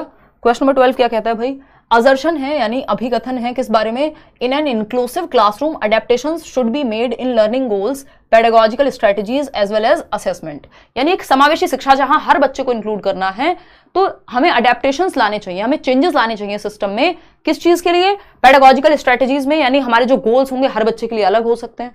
जरूरी थोड़ी सबसे सेम एक्सपेक्टेशन हम कहेंगे सबको फर्स्ट ही आना है, हो सकता है कोई स्पोर्ट्स में अच्छा करता हो तो लर्निंग गोल्स डिफरेंट होंगे, अडेप्टेशन होनी चाहिए। पेडागोजिकल स्ट्रेटजीज यानी पढ़ाने के तरीके डिफरेंट हो सकते हैं, मेथड के आकलन के तरीके डिफरेंट हो सकते हैं, बिल्कुल सही बात है, पॉजिटिव है। रीजन क्या है इसका, the philosophy of inclusive education advocates elimination of all individual differences through pedagogical approaches and assessment. क्योंकि समावेशन शिक्षा ये कहती है कि जो फिलॉसफी है समावेशन शिक्षा की, कि आप क्या कीजिए कि इंडिविजुअल डिफरेंसेस को एलिमिनेट कर दीजिए। इंडिविजुअल डिफरेंसेस क्या होते हैं, व्यक्तिगत विविधता, कि एक बच्चा है जो देख के सीखता है, दूसरा बच्चा है जो सुन के सीखता है, या एक बच्चा है जिसको देखने में दिक्कत है तो उसको अलग भेज दो, यानी खत्म कर दो इंडिविजुअल डिफरेंसेस, बचे ही ना, सब रोबोट्स बन जाएंगे फिर तो ये गलत बात हो गई, ये नेगेटिव बात है, फॉल्स है ये बात। ऐसा नहीं कहती इंक्लूसिव एजुकेशन। इंक्लूसिव एजुकेशन ये थोड़ी कहती है बच्चे के इंडिविजुअल डिफरेंसेस को खत्म कर दो। इंक्लूसिव एजुकेशन तो उल्टा कह रही है कि सिस्टम में चेंज लाओ, आप सिस्टम में अडेप्टेशन लाओ, सिस्टम में मॉडिफिकेशन करो, ना कि बच्चे में। Change the system not the child. बच्चे में चेंज नहीं होगा, बच्चा सिस्टम के लिए थोड़ी बनाया गया है कि माँ बाप ने प्लान किया हम बच्चा बना रहे हैं स्कूल में जाने के लिए। वो बात अलग है कि सिस्टम बन चुका है, ठीक है, ज्यादातर माँ बाप चाहते हैं, लेकिन कुछ लोग आपको मिल जाएंगे ऐसे अभी भी जो जिसको बोलते हैं होम स्कूलिंग। होम स्कूलिंग क्या है, कॉन्सेप्ट है अपने आप में कि हम बच्चे को ही घर पे ही स्कूल कर रहे हैं, अलग अलग चीजें सिखा रहे हैं उसको, अलग अलग तरह की मे बी क्लासेस लगा दे माँ बाप, खुद से उसको चीजें सिखाएं, है ना, तो अपने दोस्तों में खेल करके वो चीजें सीख रहा हो, स्कूल ना जाता हो। तो होम स्कूलिंग का अगर हम कॉन्सेप्ट देखें तो सिस्टम के लिए बच्चा थोड़ी है, बच्चे के लिए सिस्टम बनाया गया है, तो सिस्टम में चेंज लाओ आप। अगर आपके स्कूल में सीढ़ियां हैं, एक बच्चा है जो क्रचेस से आता है या व्हील चेयर से आता है, तो आप वहां पर रैंप बनवाइए या लिफ्ट बनवाइए, बच्चा थोड़ी चेंज हो जाएगा, बच्चे को तो जो दिक्कत है वो रहेगी। तो चाइल्ड को नहीं चेंज करना है, change the system not the child. तो ये तो कहेगा ही नहीं कि इंडिविजुअल डिफरेंसेस को हटा दो, सब बच्चे एक जैसे हो जाएं, ये तो कहेगा ही नहीं। ऐसे थोड़ी होता है कि कोई किसी को कोई समस्या ही ना हो तब हम पढ़ाएंगे। तो ए तो सही है बट आर सही नहीं है। A is true but R is false, कि इंडिविजुअल डिफरेंसेस को एलिमिनेट कर दो, ये बात गलत हो जाएगी। थर्ड ऑप्शन क्यों कह रहे हो आप लोग, बोथ कहां से सही हो जाएंगे, रट्टा मत लगाया करो चीजों का, बोथ कैसे सही हो जाएंगे। वो कह रहे हैं इंडिविजुअल डिफरेंसेस को हटा दो, आप कह रहे हैं हाँ हटा दो, आप भी रोबोट बनाना चाहते हो बच्चे को, हमें तो लगा था आप बच्चे पक्ष में हो। क्वेश्चन नंबर 13 देखो, providing choice and options to students from a range of activities and experiences based on their interest, यानी बच्चे की रुचियों के बेसिस पे आप बच्चे को अनुभव प्रदान कर रहे हैं, उसकी आवश्यकताओं को समझ रहे हैं। विविधता, डाइवर्सिटी, अलग अलग बच्चों का इंटरेस्ट अलग अलग चीजों में हो सकता है, उनके बैकग्राउंड को समझ रहे हैं।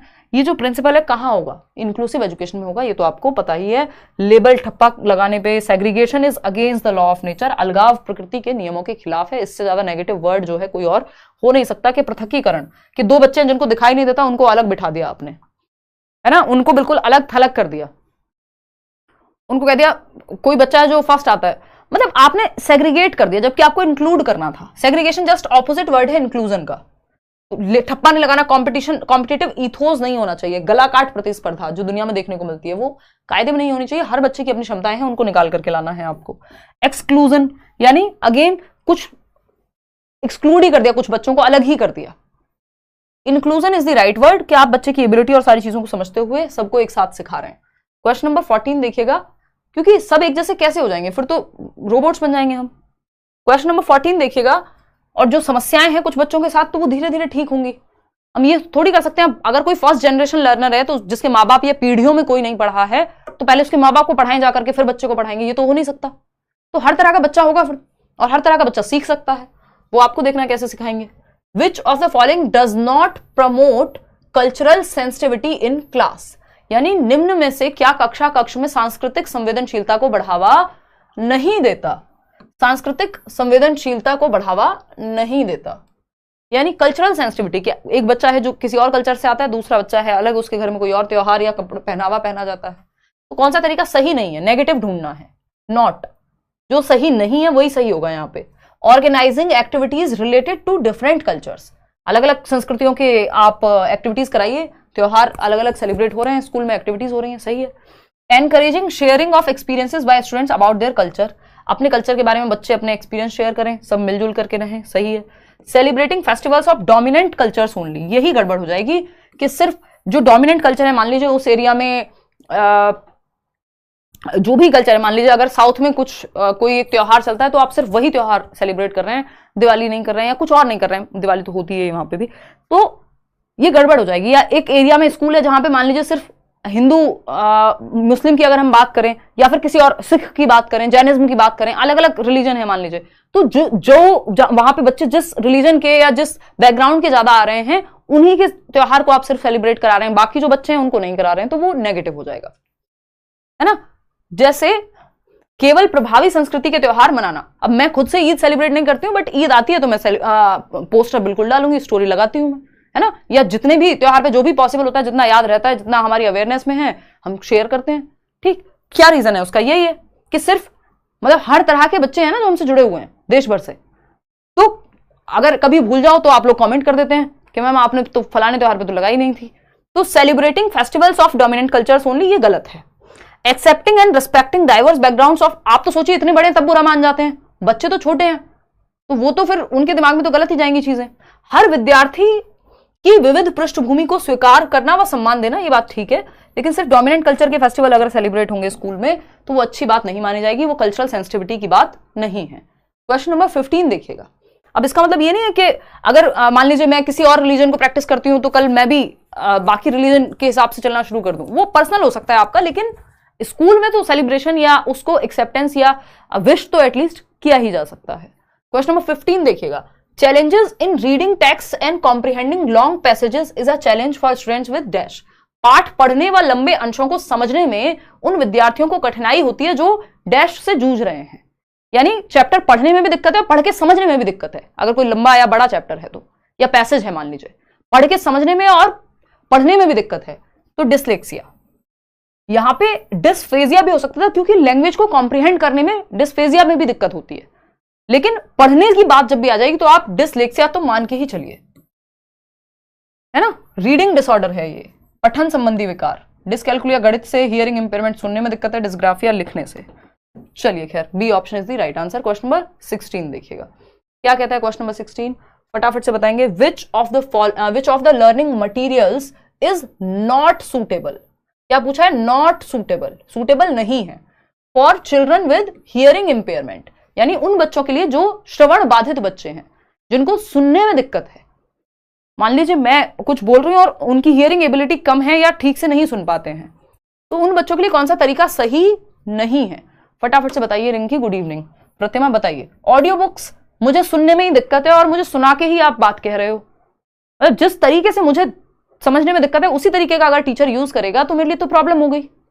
भाई मुझे सुनने में ही तो दिक्कत है और आप कह रहे हो ये गाना सुन लो, और सुनने की ही दिक्कत है, मुझे दिखा दो, कहीं पिक्चर दिखा दो उसकी, कोई लिरिक्स पढ़वा दो, है ना, कुछ और तरीका अपनाओ, कोई प्रिंटेड मटेरियल ले आओ, या फिर मेरे लिए हियरिंग एड लेके आओ कि मैं सुन नहीं सकती या सुनने में दिक्कत है तो कोई मशीन सुनने की। लेकिन ऑडियो बुक से थोड़ी ना सॉल्यूशन निकलेगा जब सुनने में ही दिक्कत है। तो ये तो नॉट, यानी यही गलत है और जो गलत है वही सही है, क्योंकि पूछा ही गलत था। प्रिंटेड बुक्स, हाँ प्रिंटेड बुक्स तो वो बच्चा जिसको देखने में, जिसको सुनने में दिक्कत है वो देख तो सकता ही है। यही प्रिंटेड बुक्स नेगेटिव हो जाती है एक विजुअली चैलेंज्ड बच्चे के लिए, जिसको देखने में दिक्कत है, उसको अगर आप प्रिंटेड बुक दिखाओगे तो उसको तो देखने में पहले दिक्कत है, उसको तो आप सुनाओ फिर, या बाकी टैक्टाइल मटेरियल यूज करो। तो प्रिंटेड बुक्स हाँ दिखा सकते हो आप, वीडियोस दिखा सकते हो सबटाइटल के साथ, कि सुन ठीक से नहीं पा रहा है तो पढ़ ले एटलीस्ट, है ना, देख करके समझ ले। जो सबटाइटल्स आते हैं मूवी में आप देखते हो यहाँ नीचे, अंग्रेजी मूवी स्पेशली हम सब सबटाइटल्स के साथ देख करके बड़े हुए हैं, क्योंकि आप तो फिर भी आ जाती हैं समझ में, पहले तो बिल्कुल नहीं आती थी, और मैं तो पढ़ी हूँ अच्छे खासे 10वीं तक लगभग हिंदी मीडियम में, तो बिल्कुल ही। वैसे भी हम सब हिंदी भाषी लोग हैं, बहुत सारे लोगों को दिक्कत होती है जो इंग्लिश मीडियम में भी बेशक पढ़े हो, तो और आज भी मजा तो आता है, सबटाइटल मिल ही जाए तो अच्छा है यार, क्योंकि एक्सेंट अलग है। अगर कोई अमेरिकन कोई सीरीज है या मूवी है वो उनका एक्सेंट अलग है, ब्रिटिश अलग होगा, तो ये क्या है, सबटाइटल्स हेल्प करते हैं कि अगर सुन के नहीं समझ पा रहे हैं तो देख लें एटलीस्ट। ठीक, 3 dimensional charts and maps, 3D maps, उनमें भी देख करके टच करके समझ पाएगा बच्चा। लेकिन ऑडियो बुक्स नेगेटिव है, जो नेगेटिव है वही सही है यहाँ पे, क्योंकि पूछा ही नेगेटिव था या गलत था, जो गलत है वही सही है इसलिए। क्वेश्चन नंबर 17 देखिएगा। What type of questions should our teacher ask in order to identify creative children in her class? यानी आपको पहचानना है कि बच्चे क्रिएटिव बच्चे मतलब कुछ नया बनाएं, जो कोई कह रहा है कि अगर बच्चा छोटा है, उसे पढ़ना भी ठीक से नहीं आता और हियरिंग इंपेयरमेंट भी है, तो उसका क्या होगा? पहले तो हम उसको पढ़ना सिखाएंगे दूसरे तरीके से। और हियरिंग इंपेयरमेंट का मतलब ये नहीं है कि बिल्कुल सुन ही नहीं पाता होगा, ठीक है ना? तो हम थोड़ा सा लाउड बोल सकते हैं, उसको आगे बिठा सकते हैं, फिर उसको पढ़ना सिखा सकते हैं। डिफरेंट मेथड्स होते हैं जिनको आप यूज करेंगे, ठीक। कहाँ थी मैम आप? मैं कई दिनों से आपको ही ढूंढ रही थी। हिमांशु मैम कहाँ है, कहाँ है? राहुल सिंह कह रहे हैं, आपका नाम कुछ और होगा, आईडी आपकी राहुल सिंह की है जी। मैं बीमार थी, है ना? ये जवान व्यक्ति को ये बात कहने में शर्म आनी चाहिए, बट मैं बेशर्मी के साथ ये बात कह सकती हूँ। मतलब थोड़ा सा लाइफस्टाइल, मतलब अगर लाइफस्टाइल की दिक्कत हो, आप ध्यान नहीं रखोगे अपना, तब बीमार होगे, तब शर्म आनी चाहिए। अब किसी को कुछ वैसे ही हो जाए तो उसको क्यों आनी चाहिए भाई, है ना? कई चीजें तो ऐसी होती है ना, आपने नहीं की होती फिर भी कोई समस्या हो जाए, लेकिन मेरी जो ये आयरन डेफिशिएंसी है, ये मेरे कर्मों से है कि मैंने ध्यान नहीं रखा अपना, खाया पिया नहीं ठीक से, सोई नहीं टाइम पे, ठीक। चलिए खैर, आ जाइए। तो बाकी किसी को अगर कोई बीमारी है तो उसको ये नहीं कह सकते हैं, है ना? सेंसिटिव रहना है वहां आपको। एक शिक्षिका को अपनी कक्षा में सृजनात्मक बच्चों की पहचान करने के लिए किस प्रकार के प्रश्न पूछने चाहिए कि बच्चा क्रिएटिव है कि नहीं, कुछ नया सोच पाता है कि नहीं? बिल्कुल सही जवाब आप लोग दे रहे हैं, ओपन एंडेड प्रश्न।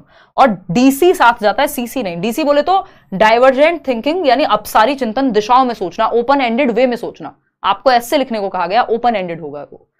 एक सिंगल जवाब में आप सही और गलत नहीं कह सकते। फिल इन द ब्लैंक क्या है? ओपन एंडेड नहीं है, क्लोज्ड एंडेड है।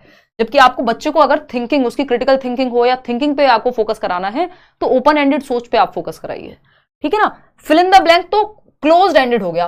क्रिएटिविटी में कुछ नया कहां से निकाल के लाएगा बच्चा? Close ended. अब जैसे 4 ऑप्शन है, एक चूज करना है, आप क्या नया बना देंगे इसमें? कुछ नया थोड़ी बना देंगे, आंसर तो यही है। तो ये क्लोज एंडेड हो गया, ये क्रिएटिविटी के बारे में नहीं है। मल्टीपल चॉइस क्लोज एंडेड हो गया। Questions with right and wrong close ended है, जबकि आपको ओपन एंडेड चाहिए।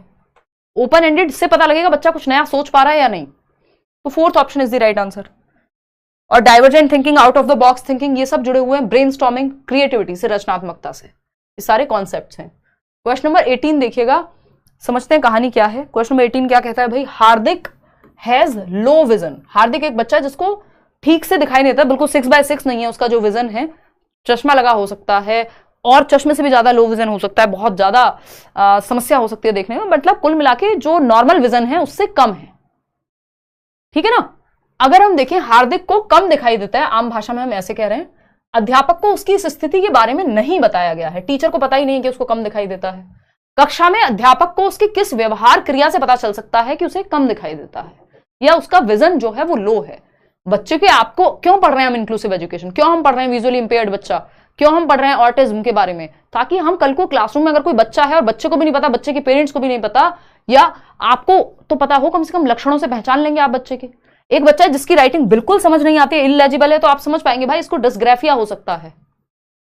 तो इसीलिए तो ये सब पढ़ रहे हैं हम, ताकि आप बच्चे के बारे में, कई लोगों को तो लगता है आप पेडागोजी पढ़ते ही क्यों है, चाइल्ड डेवलपमेंट की क्या जरूरत है, साइकोलॉजी क्यों पढ़ रहे हैं हम, है ना?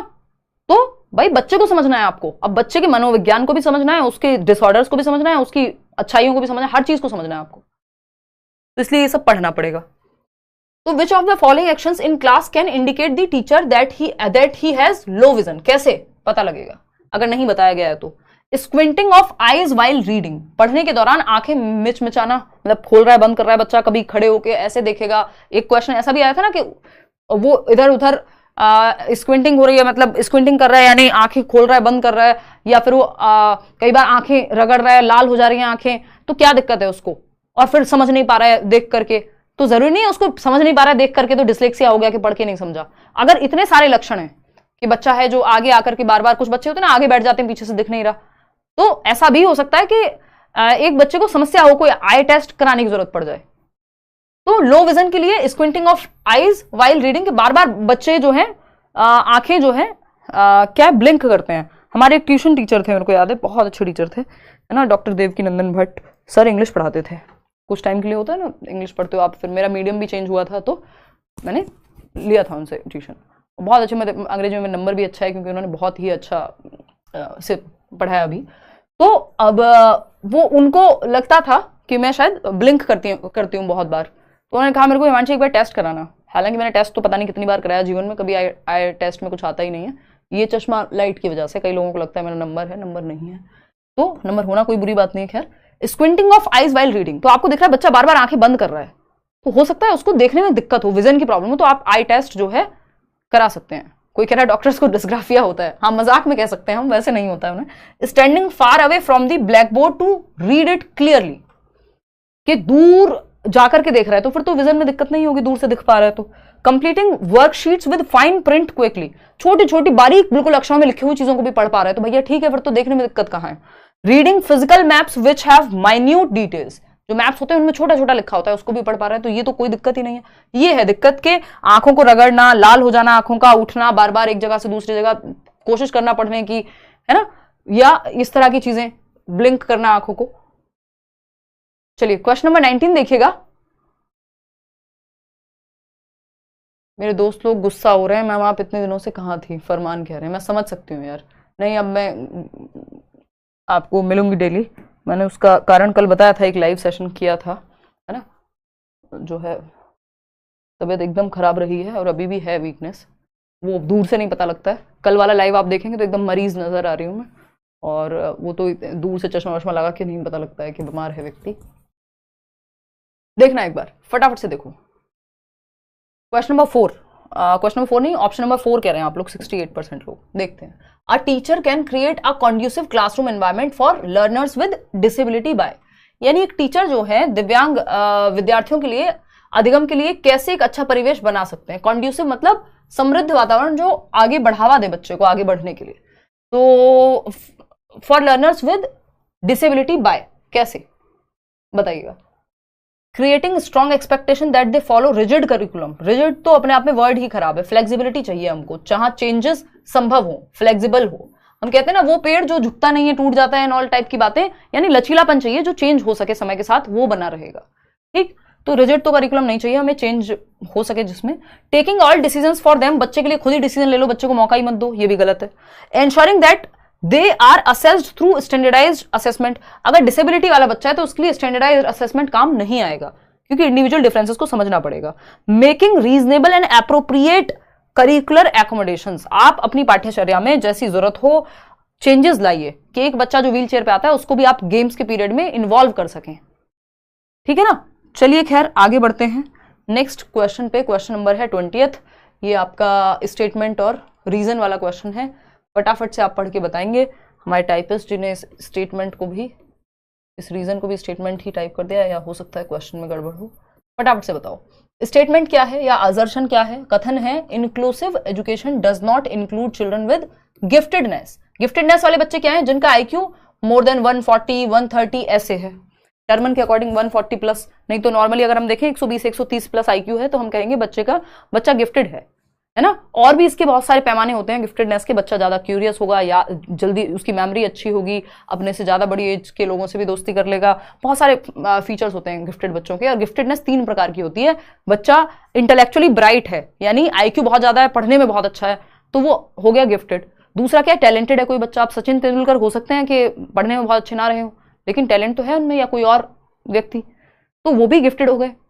तीसरा हो सकता है क्रिएटिव बच्चा, वो भी गिफ्टेडनेस की कैटेगरी में आता है कि कुछ नया बनाया, एमएफ हुसैन कोई ऐसी पेंटिंग बनाई जो देखी ना हो पहले किसी ने।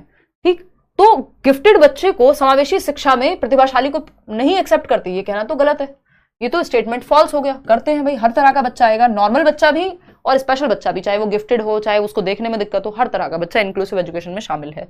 Inclusive education functions on deficit perspective only, ये कहना एकदम गलत होगा कि अपूर्णता के दृष्टिकोण पर कार्य करती है, यानी जिनको कोई डेफिसिट है, कोई कमी है, उन्हीं बच्चों को इंक्लूड करेंगे। नहीं, हर तरह के बच्चे को, चाहे गिफ्टेड हो, क्रिएटिव हो, टैलेंटेड हो, विजुअली इंपेयर्ड हो, कोई और लोकोमोटर डिसेबिलिटी हो, चलने फिरने में कुछ भी हो सकता है, डिस्ग्राफिया हो, लर्निंग डिसेबिलिटी हो, हर तरह का बच्चा इंक्लूसिव एजुकेशन में आएगा। एजुकेशन फॉर ऑल तभी कहा जाता है। ये दोनों ही बातें गलत हैं। और आप लोग क्या जवाब दे रहे हैं? 4th option. मुझे बहुत खुशी हुई कि आपने सही जवाब दिया इस बार। Both A and R are false.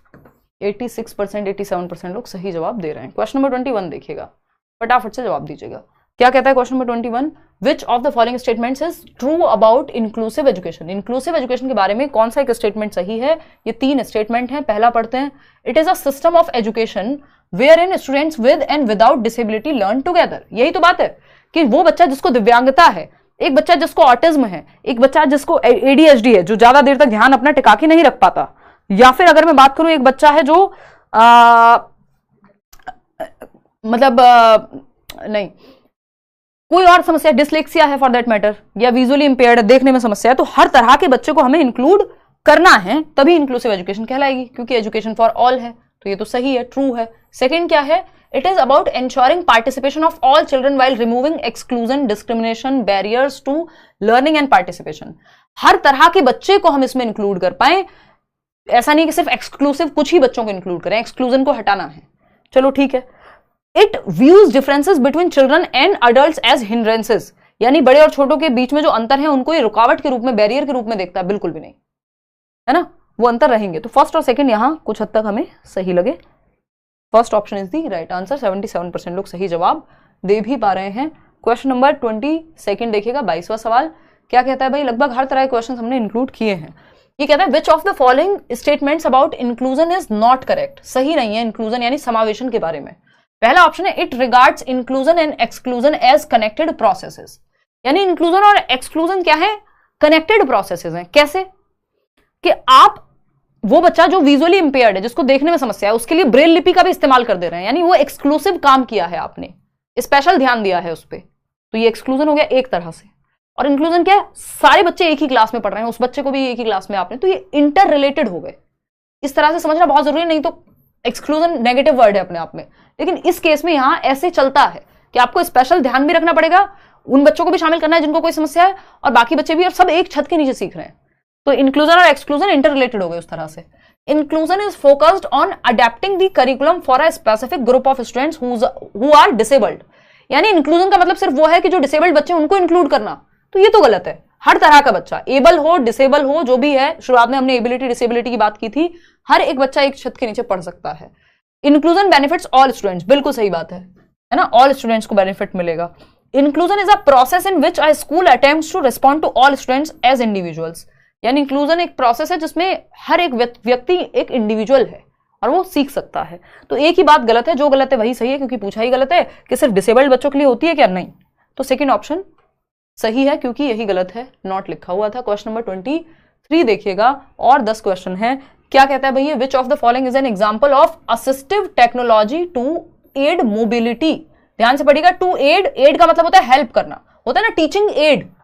तो हम आपको चार्ट लेके जा रहे हैं क्लासरूम में, आप जब आपने टीचिंग ट्रेनिंग की होगी, या मैं आपको कोई पिक्चर दिखा रही हूं, तो वो विजुअल एड है, यानी टीचिंग लर्निंग एड्स, शिक्षण सहायक सामग्री, शिक्षण में सहायक सामग्री जो टीचिंग में हेल्प करें, वो एड। एड का मतलब ये हेल्प, फर्स्ट एड कहते हैं ना हम, किसी को चोट लग गई तो फर्स्ट एड हम पहले ये कर लो भाई, पानी से धो लो जख्म को, ये कर लो, ये क्या है, पहली मतलब हेल्प, तो उसको फर्स्ट एड कह दिया। एड का मतलब हेल्प है। यहाँ किस में हेल्प देनी है, मोबिलिटी में। मोबिलिटी का मतलब क्या है, एक जगह से दूसरी जगह जाने में, यानी मूवमेंट में, अगर मैं कहूं तो गतिविधि में। कौन सा उदाहरण सहायकी तकनीकी का इस्तेमाल करते हुए विद्यार्थियों को गतिशीलता में मदद करेगा, यानी बच्चा क्या है, मूवमेंट में हेल्प मिलेगी, एक जगह से दूसरी जगह जाने में। मान लीजिए लोकोमोटर डिसेबिलिटी है बच्चे को, जिसमें मूवमेंट में दिक्कत आती है, हड्डियों से रिलेटेड समस्या हो सकती है, चाहे कोई आपका क्रचेस का इस्तेमाल कर रहा हो, या कोई भी चलने फिरने में अगर समस्या है, तो बच्चे को लोकोमोटर डिसेबिलिटी हो सकती है। मोबिलिटी को एड करने के लिए क्या करेंगे, वॉकिंग स्टिक का यूज कर लेंगे, बात तो सही है भाई, छड़ी का यूज कर लेंगे, अगर चलने में दिक्कत है तो वॉकर का यूज कर लेंगे, स्टिक का यूज कर लेंगे, जरूरत पड़ने पे व्हील चेयर का यूज कर सकते हैं। तो ये मोबिलिटी को ही तो एड करने के लिए एक इंस्ट्रूमेंट बनाया गया है, असिस्टिव टेक्नोलॉजी है जो हेल्प करती है, असिस्ट करती है। ब्रेल सिस्टम होता है विजुअली इंपेयर्ड लोगों के लिए। अगर एड विजन की लिखा होता है यहाँ पे, तो आंसर ये हो जाता, क्योंकि देखने में जो मदद करे। अगर एड हियरिंग लिखा होता तो हियरिंग एड्स हो जाता, कि सुनने की मशीन मान लीजिए, तो ये हियरिंग इंपेयर्ड बच्चे के लिए होती। मैग्नीफाइंग ग्लास, जिसको देखने में दिक्कत है कि थोड़ा सा बड़ा दिख पाए जो भी चीज है, तो छड़ी यहाँ पे मूवमेंट में, गतिशीलता में मदद करने वाला एक एड है। तो first option is the right answer. आगे बढ़ेंगे क्वेश्चन नंबर 24 की तरफ।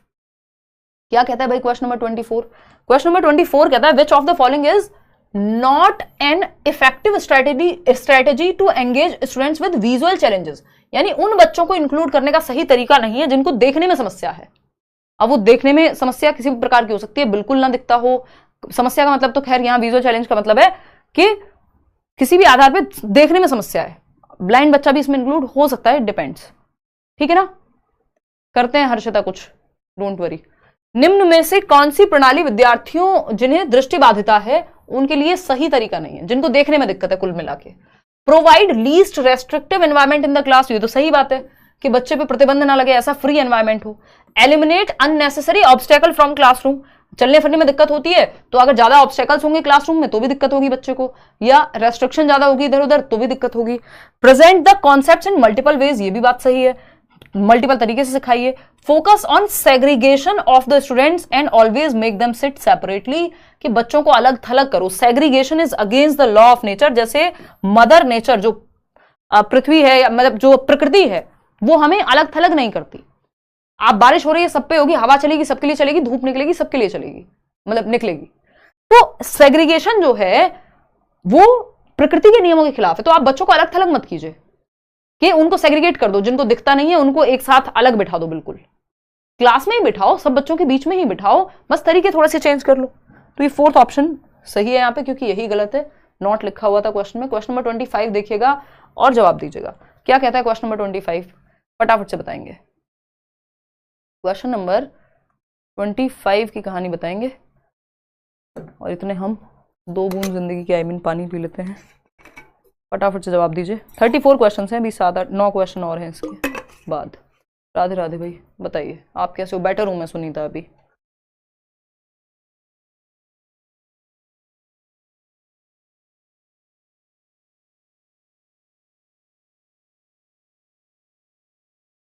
देखिएगा एक बार, अगर हम बात करें 46% लोग ए ऑप्शन कह रहे हैं, समझते हैं। वेदर अलर्ट, गर्मी बहुत ज्यादा पड़ रही है ऐसा बता रहा है कंप्यूटर। देखो क्वेश्चन नंबर 25 देखो, विच of the following is directly associated with attention deficit hyper activity disorder. तो ये एएसडी में आता है, ऑटिज्म स्पेक्ट्रम डिसऑर्डर में ही। एडीएचडी क्या है? बच्चे का अवधान न्यूनतम समस्या होती है, अवधान में कमी यानी ध्यान का अभाव, ध्यानाभाव जिसको हम कह रहे हैं। अटेंशन ज्यादा देर तक एक जगह पे टिक करके नहीं बैठ पाता। आप 30 मिनट पढ़ रहे हैं, ये 5 मिनट मुश्किल से बैठ पाएगा एक जगह। अति सक्रियता विकार, हाइपर एक्टिव है बच्चा, इधर से उधर उधर से इधर उछल कूद चलती रहेगी। तो इंपल्सिविटी है। ऐसे बच्चे को डील करने का तरीका कौन सा है? हाई अटेंशन स्पैन, यानी इन बच्चों मतलब कौन सी कैरेक्टरिस्टिक है जो एडीएचडी वाले बच्चे में पाया जाएगा कि उसकी अटेंशन ज्यादा होगी। मतलब मैं बुरा भला क्या ही कहूं आपको, है थोड़ा तो सोचना चाहिए इंसान को कि फर्स्ट ऑप्शन आप लोग दे रहे हो 57% लोग, कौन से नशे हैं ये? निम्नलिखित में से क्या ध्यानाभाव एवं अति सक्रियता विकार से संबंधित है? उच्च अवधान अवधि, हाई अटेंशन स्पैन, जिसको अटेंशन डेफिसिट है, अटेंशन की कमी है, आप कह रहे हैं उसका अटेंशन स्पैन हाई होगा कि वो तो भाई आधे नहीं, वो तो 1 घंटे बैठ के पढ़ता है जिसको एडीएचडी है, जबकि वो बेचारा 5 मिनट पढ़ना उसके लिए मुश्किल हो जाएगा। तो आपने तो उल्टा जवाब दे दिया, नॉट थोड़ी लिखा हुआ था। ये कैरेक्टरिस्टिक थोड़ी होगा ऐसे बच्चे का जिसको एडीएचडी है, जिसका ध्यान एक जगह पे टिक नहीं पाता। अटेंशन डेफिसिट है, अटेंशन डेफिसिट है, अटेंशन में कमी है। हाई अटेंशन कैसे हो जाएगा? है परसिस्टेंट इंपल्सिविटी, हाँ इंपल्सिविटी होती है क्योंकि हाइपर एक्टिव है, वो एक जगह टिक करके नहीं बैठ पाएगा, ये बात एकदम सही है। फिर भी देखते हैं लो एक्टिविटी लेवल्स, लो एक्टिविटी लेवल नहीं होते, वो तो उछलता कूदता पूरे टाइम एक्टिव रहता है। हाइपर एक्टिव होता है, एक्टिव से भी ज्यादा है, हाइपर है ना, टिक के नहीं बैठ पाएगा एक जगह, उसको कई बार फिजिकल एक्टिविटी करानी पड़ती है इसलिए ताकि थोड़ा सा वो थके भाई। एक्सटेंडेड पेशेंस टू लिसन, मतलब सुनने का बहुत धैर्य होगा, धैर्य क्या तो ध भी नहीं होता इस बच्चे में क्योंकि हाइपर एक्टिविटी है ना, तो धैर्य तो नहीं हो पाएगा। तो एडीएचडी वाला जो बच्चा है उसको परसिस्टेंट इंपल्सिविटी का सामना करना पड़ेगा। इंपल्सिविटी मतलब टिक करके नहीं बैठ पा रहा है, वो हर टाइम एक इंपल्स पे काम करेगा। कोई कह रहा सस्ते नशे मत किया करो यार, पेपर में काम नहीं आएंगे। देखो एक बार, हाई अटेंशन स्पैन, दिक्कत ही अटेंशन की है, जिसमें मतलब बीमारी है पेट की, और आप दिक्कत दवाइयां भी ऐसी दे रहे हो कि भैया लूज मोशन के लिए डॉक्टर कुछ और दवाई दे दे, उल्टा हो जाए, फिर सोचो क्या होगा। कितना खराब एग्जाम्पल था। चलो आ जाओ, क्वेश्चन नंबर 26 देखो। क्वेश्चन नंबर 26, हाँ वो मुझे याद आया हमारी जो पहले वाली हाउस हेल्प थी, तो खैर छोड़ो, आते हैं। तो देखो एक बार, तो उन्होंने बताया उनको समस्या है कुछ, तो अब जो याद आ जाता है एग्जाम्पल में सब चलता है। देखो एक बार question number 26, which of the following learning disability impacts an individual's ability of balance, manual dexterity and hand eye coordination। यानी निम्नलिखित में से कौन सी अधिगम अशक्तता किसी व्यक्ति के संतुलन, शारीरिक निपुणता और हाथ आंख सामंजस्य की क्षमता को प्रभावित करती है। यानी हैंड आई कोऑर्डिनेशन, बैडमिंटन खेलना है, वो शटल इधर आ रही है और ये व्यक्ति उधर मार रहा है, मतलब बिल्कुल हैंड आई कोऑर्डिनेशन नहीं बन पा रहा है, या पेन पकड़ के लिख ही नहीं पा रहा है, ठीक है ना, ये भी हो सकता है। और क्या हो सकता है, learning disability impacts an individuals ability of balance नहीं बना के रख पा रहा व्यक्ति, ठीक, ये सारी चीजें हो सकती हैं। हैंड आई कोऑर्डिनेशन की दिक्कत हो सकती है, तो हैंड आई कोऑर्डिनेशन की दिक्कत होगी, लिखने में भी दिक्कत आ सकती है, ठीक। डिस्लेक्सिया में तो नहीं होगा ये, क्योंकि वो मोबिलिटी की दिक्कत थोड़ी है, कैलकुलेशन में भी नहीं होगा ये। डिस्फेजिया भी भाषा को समझने से संबंधित विकार है, कॉम्प्रिहेंशन में दिक्कत होगी कि मैं जो बोल रही हूं मान लो आपको समझने में दिक्कत है, पढ़ के जो आपने पढ़ा उसको समझने में दिक्कत है, सुन के जो समझा उसमें भी दिक्कत है, तो डिस्फेजिया है।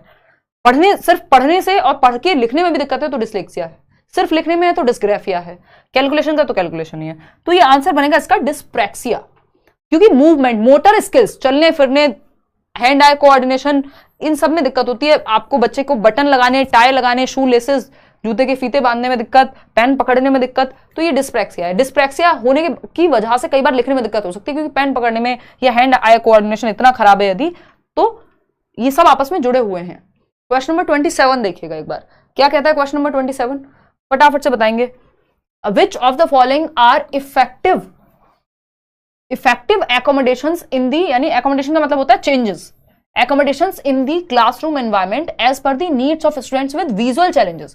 वो बच्चे जिनको देखने में समस्या, उनके लिए कौन से चेंजेस जो हैं वो हेल्पफुल हैं, इफेक्टिव हैं, बेहतर हैं। मैम क्लास की स्पीड खाना बनाना है, बस हो गया, स्पीड बढ़ा देंगे, स्पीड तो अपने हाथ में, देखना एक बार, फटाफट से बताओ, जवाब दीजिए, जवाब फटाफट से आंसर कीजिए, फिर हम आगे बढ़ेंगे। देखना एक बार, फोर्थ ऑप्शन कह रहे हैं 50% लोग, eliminate unnecessary obstacles from classroom. भाई देखने में दिक्कत है तो ऑब्स्टेकल हटा दो, सही बात है। Use a variety of visual presentations, visual presentation का इस्तेमाल करोगे कि जिसको देखने में दिक्कत है उसको दिखा के ही सिखाना है, नहीं, गलत तरीका है। Give a lot of handouts having mind maps. Mind map पता है आपको कि मान लीजिए चार्ट्स होते हैं जिसमें बने हुए, है ना, फ्लो चार्ट्स होंगे, तो वो तो देख करके पूरा ध्यान रखना पड़ता है, याद रखना पड़ेगा, देखने में अच्छा होगा जो बच्चा जिसको विजुअल इंपेयरमेंट नहीं है उसके लिए बेहतर है वो, तो ये भी गलत तरीका हो गया। Provide recorded materials to supplement classroom teaching. हाँ, रिकॉर्डेड मटेरियल आप दे सकते हो ताकि वो सुन तो सकता है एटलीस्ट, या देख सकता है बाद में अगर कुछ हद तक देख पाता है तो फर्स्ट और फोर्थ यहां सही लग रहा है मुझे, जो कि थर्ड ऑप्शन में गिवन है। फोर्थ के साथ जा रहे हो भाई, ये तो हो ही नहीं सकता ना, वैरायटी ऑफ विजुअल प्रेजेंटेशन मत दो ना बच्चों को, अगर विजुअल चैलेंज है तो देखने में दिक्कत है, दिखा ही रहे हो अलग अलग तरह से, गलत है ये तो। क्वेश्चन नंबर 28 देखना एक बार।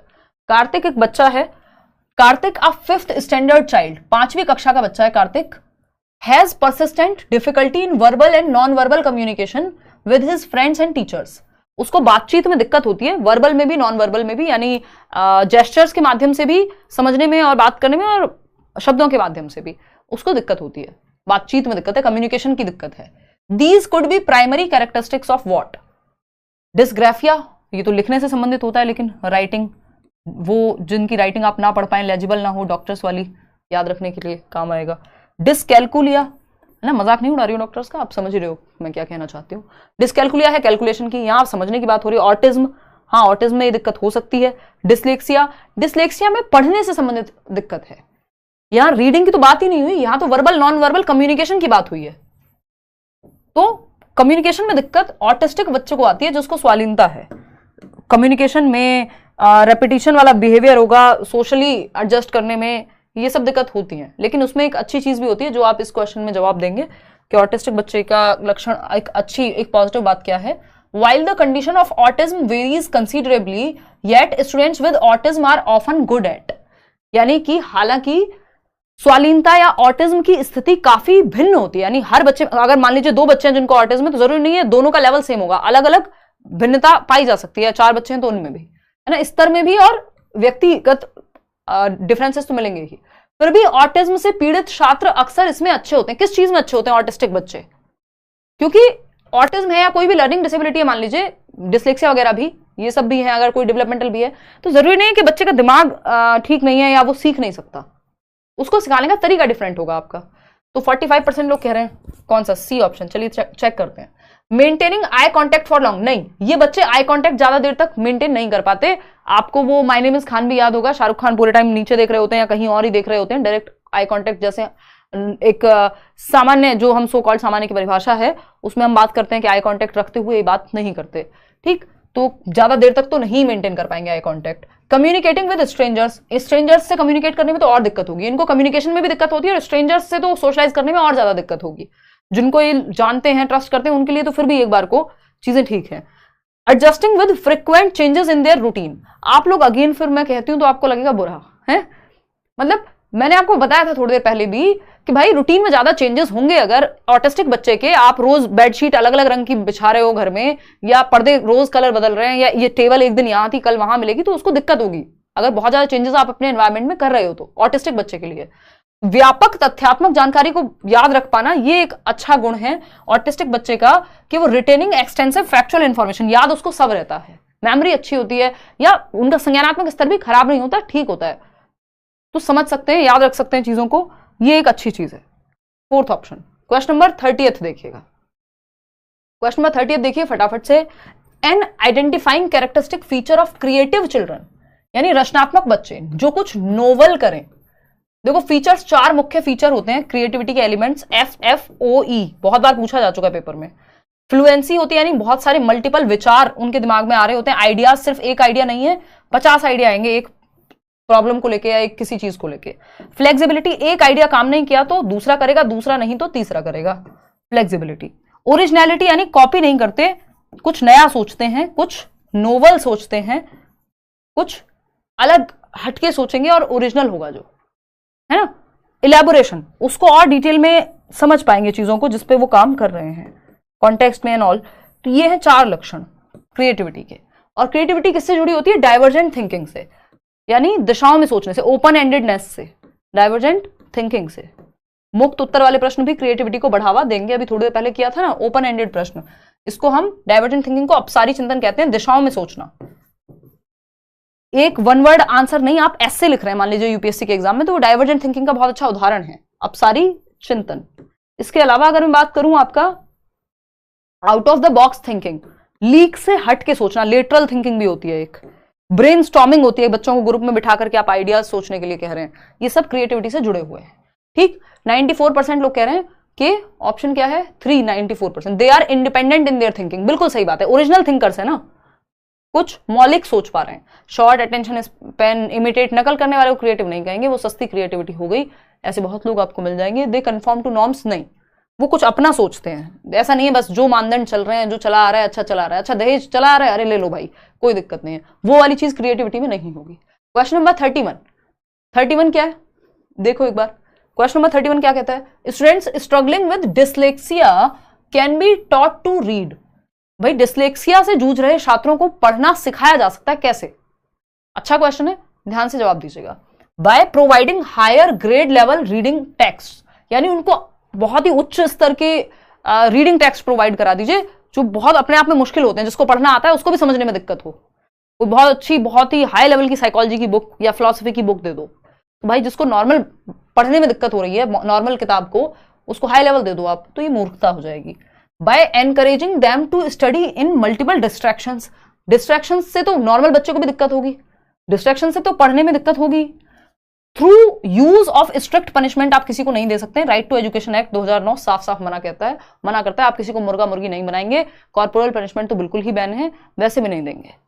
ठीक, थ्रू सिस्टमैटिक फोनोलॉजिकल ट्रेनिंग, हम यही बात करते हैं कि इनको बच्चों को दिक्कत क्या होती है, फोनेमिक प्रॉब्लम है, एक तरह से फोनिक डिफिकल्टी है। फोनिक का मतलब ये साउंड और शब्दों को जोड़ करके वो नहीं याद रख पा रहे हैं कि किस, पढ़ नहीं पा रहे हैं, बेसिकली साउंड और अक्षरों को और उनकी साउंड को जोड़ करके नहीं पढ़ पा रहे हैं।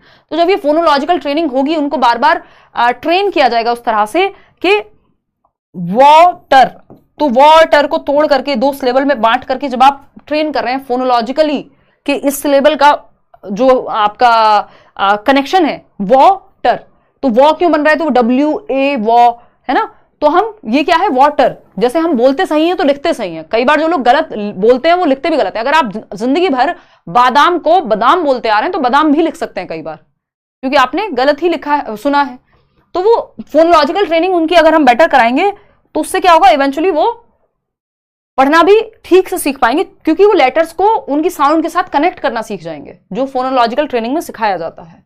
इन द कॉन्टेक्स्ट ऑफ इंक्लूजन, समावेशन के संदर्भ में curriculum learning expectations are the same in, ये क्वेश्चन आया था अभी, पता नहीं लास्ट ईयर आया था, और इसमें बहुत लोगों ने गलतियां की थी। समावेशन के संदर्भ में पाठ्यचर्या सीखने की अपेक्षाएं कैसी होंगी, यानी learning expectations are the same in, किस चीज में सेम समान होंगी, लर्निंग एक्सपेक्टेशन के हर बच्चे को इंक्लूड करना है, आवास नहीं, इसको हम कहेंगे समायोजन, यानी हर बच्चे का समायोजन तो होगा, एजुकेशन फॉर ऑल, तभी तो इंक्लूजन की बात हो पाएगी, है ना। तो समायोजन में तो समान होंगी, समायोजन में आकांक्षाएं जो है समान होंगी, लेकिन परिवर्तन अलग अलग बच्चे के लिए, एक बच्चा है जिसको देखने में दिक्कत है तो उसके लिए अलग मेथड, जिसको सुनने में दिक्कत है उसके लिए अलग मेथड, तो परिवर्तन हम मेथड्स में करेंगे, परिवर्तन हम मेथड्स में करेंगे। तो learning expectations are the same, same in किसमें, एकोमोडेशन में, यानी हर बच्चे को इंक्लूड करना है, एकोमोडेट तो करना ही है ना, इंक्लूसिव एजुकेशन का मतलब ही एजुकेशन फॉर ऑल।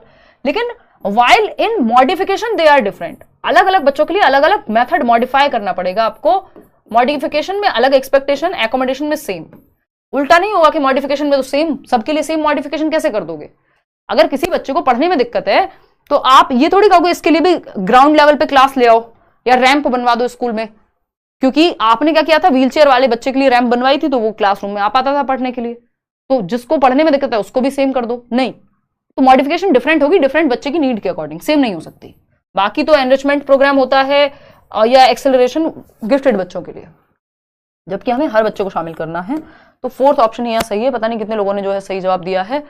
हाँ ठीक है मैम, आज की क्लास में बहुत गलती हुई है, इंक्लूसिव एजुकेशन की वीडियो एक बार फिर से एक क्लास दे दीजिए। इंक्लूसिव एजुकेशन बैच में चल रहा है ऑलरेडी, जो यूट्यूब पे ही देखते हैं सिर्फ वो पुराना वो देख लो एक बार, क्या कहते हैं उसको, अरे यार क्या कहते हैं उसको, मैराथन सेशन देख लो, या फ्री जो नोट्स दिए हुए हैं वो देख लो। आज मैच है तो आज आप क्लास ले रही हो, मैच ही देखोगे आदर्श, जीवन किससे चलेगा, पढ़ने से कि मैच से, देख लेना मैच, मान लिया आपकी बात, मैचेस तो रोज ही हो रहे हैं, पता नहीं कब से, आईपीएल चल ही रहा है, अभी T20 वर्ल्ड कप आ जाएगा आई थिंक, अगर मैं गलत नहीं हूं तो कुछ ना कुछ तो चलता ही रहेगा। आपको प्रायोरिटीज तो सेट करनी ही पड़ेगी ना, किसी को बुरा थोड़ी लगता है, मैं भी क्रिकेट मेरे को पसंद है, बट नहीं लग पाया है मौका कि एक भी मैच बैठ के तमीज से देख पाऊँ। उस दिन CSK और RCB वाला देखना था, मैं जल्दी सो गई, तबीयत सही नहीं थी, तो अब मुझे लग रहा है बहुत कुछ मिस कर दिया, ऐसे फोमो हो रहा है मुझे, fear of missing out, but कोई बात नहीं, क्या हो गया, जीवन तो बाकी चीज़ों से चल जाएगा ना। अच्छा, तो ज़्यादा स्ट्रेस नहीं लेना है, मतलब पढ़ाई ना करें, मैच देखना है आपको। देखो एक बार, the concept of inclusive education, समावेशी शिक्षा की अवधारणा, बस एक क्वेश्चन और है फिर मैच देख लेना। देखो एक बार, अगर हम बात करते हैं समावेशी शिक्षा क्या कहती है, accepts the use of special schools और क्लासरूम्स, जो विशेष विद्यालय, मान लीजिए कोई ब्लाइंड स्कूल है जहां सिर्फ वही बच्चे पढ़ रहे हैं जो दृष्टिबाधित हैं, तो वो भी, उनको भी एक्सेप्ट करती है, स्पेशल स्कूल के कॉन्सेप्ट को और क्लासरूम्स को भी, ठीक है। कंडक्ट्स फ्रीक्वेंट टेस्ट, नहीं फ्रीक्वेंट टेस्ट से तो कुछ होना है नहीं। Allows for separating CWS, separate करने को नहीं कहेगी, चिल्ड्रन विद स्पेशल नीड्स को अलग थलग कर दो, ये फिर गलत तरीका हो जाएगा। Rejects the use of special school, नहीं, अगर जरूरत है तो स्पेशल स्कूल्स का इस्तेमाल करेंगे ना, क्या दिक्कत है। चलिए खैर आगे बढ़ते हैं, क्वेश्चन नंबर 34 देखिएगा, फटाफट से लास्ट क्वेश्चन है आज के लिए, जवाब दीजिएगा।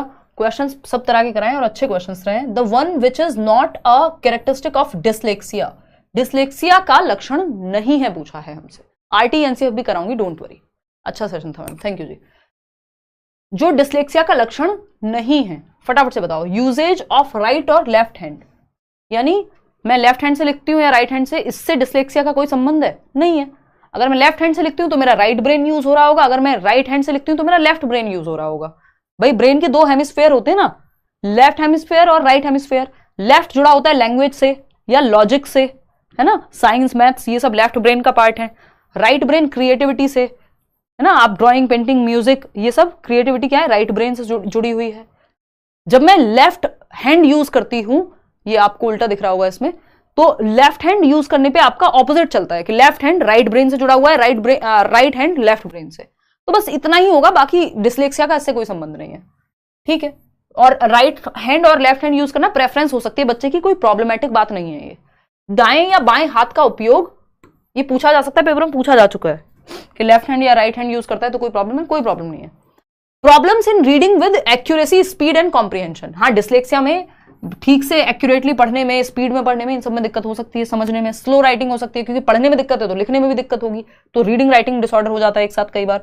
Difficulty in recalling words, recall तो कर ही नहीं पाता, रिवर्स उसके दिमाग में इमेज बनती है, लेटर्स जो है रिवर्स चलते हैं, आगे पीछे ऊपर नीचे हो जाते हैं, उसको सीक्वेंस याद नहीं रहता कि गॉड में गॉड जीओडी गॉड था कि डीओजी था, बी ऐसे होता है कि डी, बी और डी में कंफ्यूज है मान लो, तो उसको सीक्वेंस नहीं याद रहता कई बार। तो एक चीज यहाँ पे गलत है कि यूज ऑफ राइट और लेफ्ट हैंड से पता लगेगा कि डिस्लेक्सिया है बच्चे को, नहीं, चाहे वो दायां हाथ यूज करे चाहे बायां, कोई पता नहीं लगा पाएंगे आप कि उसको डिस्लेक्सिया है भी या नहीं, ये कोई लक्षण नहीं है डिस्लेक्सिया का, है ना। तो यूजेज ऑफ राइट और लेफ्ट हैंड का कोई ताल्लुक नहीं है डिस्लेक्सिया से, तो यही गलत है, और जो गलत है वही सही है क्योंकि पूछा ही गलत है।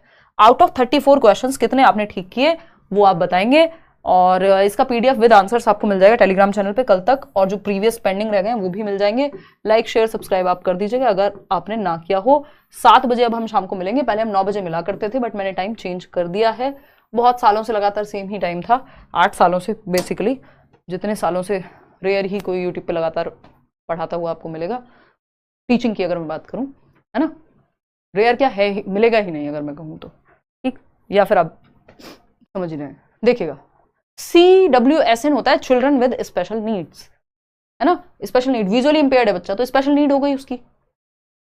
तो आज के लिए इतना ही रखेंगे, चलिए धन्यवाद, thank you so much. Like share subscribe आप कर दीजिएगा अगर आपको सेशन पसंद आया हो, कमेंट्स में बता दीजिएगा आउट ऑफ 34 कितना स्कोर किया। सीटेट के बैचेस में आप एनरोल कर सकते हैं, बहुत ही नाम मात्र की फीस में सारे टीचर्स आपको बैच में पढ़ाते हुए मिलेंगे, with mock test, previous year, ये वो सब कुछ मिल जाएगा एक साथ। करियरविल ऐप डाउनलोड करके करियरविल.com से फिर ले लीजिएगा, क्योंकि वेबसाइट से लेने पर डिस्काउंट आपको मिलता है। और पेडागोजी स्पेशल बैच अगर आप DTPSU वगैरह की तैयारी कर रहे हैं तो वो उसमें आप एनरोल कर सकते हैं।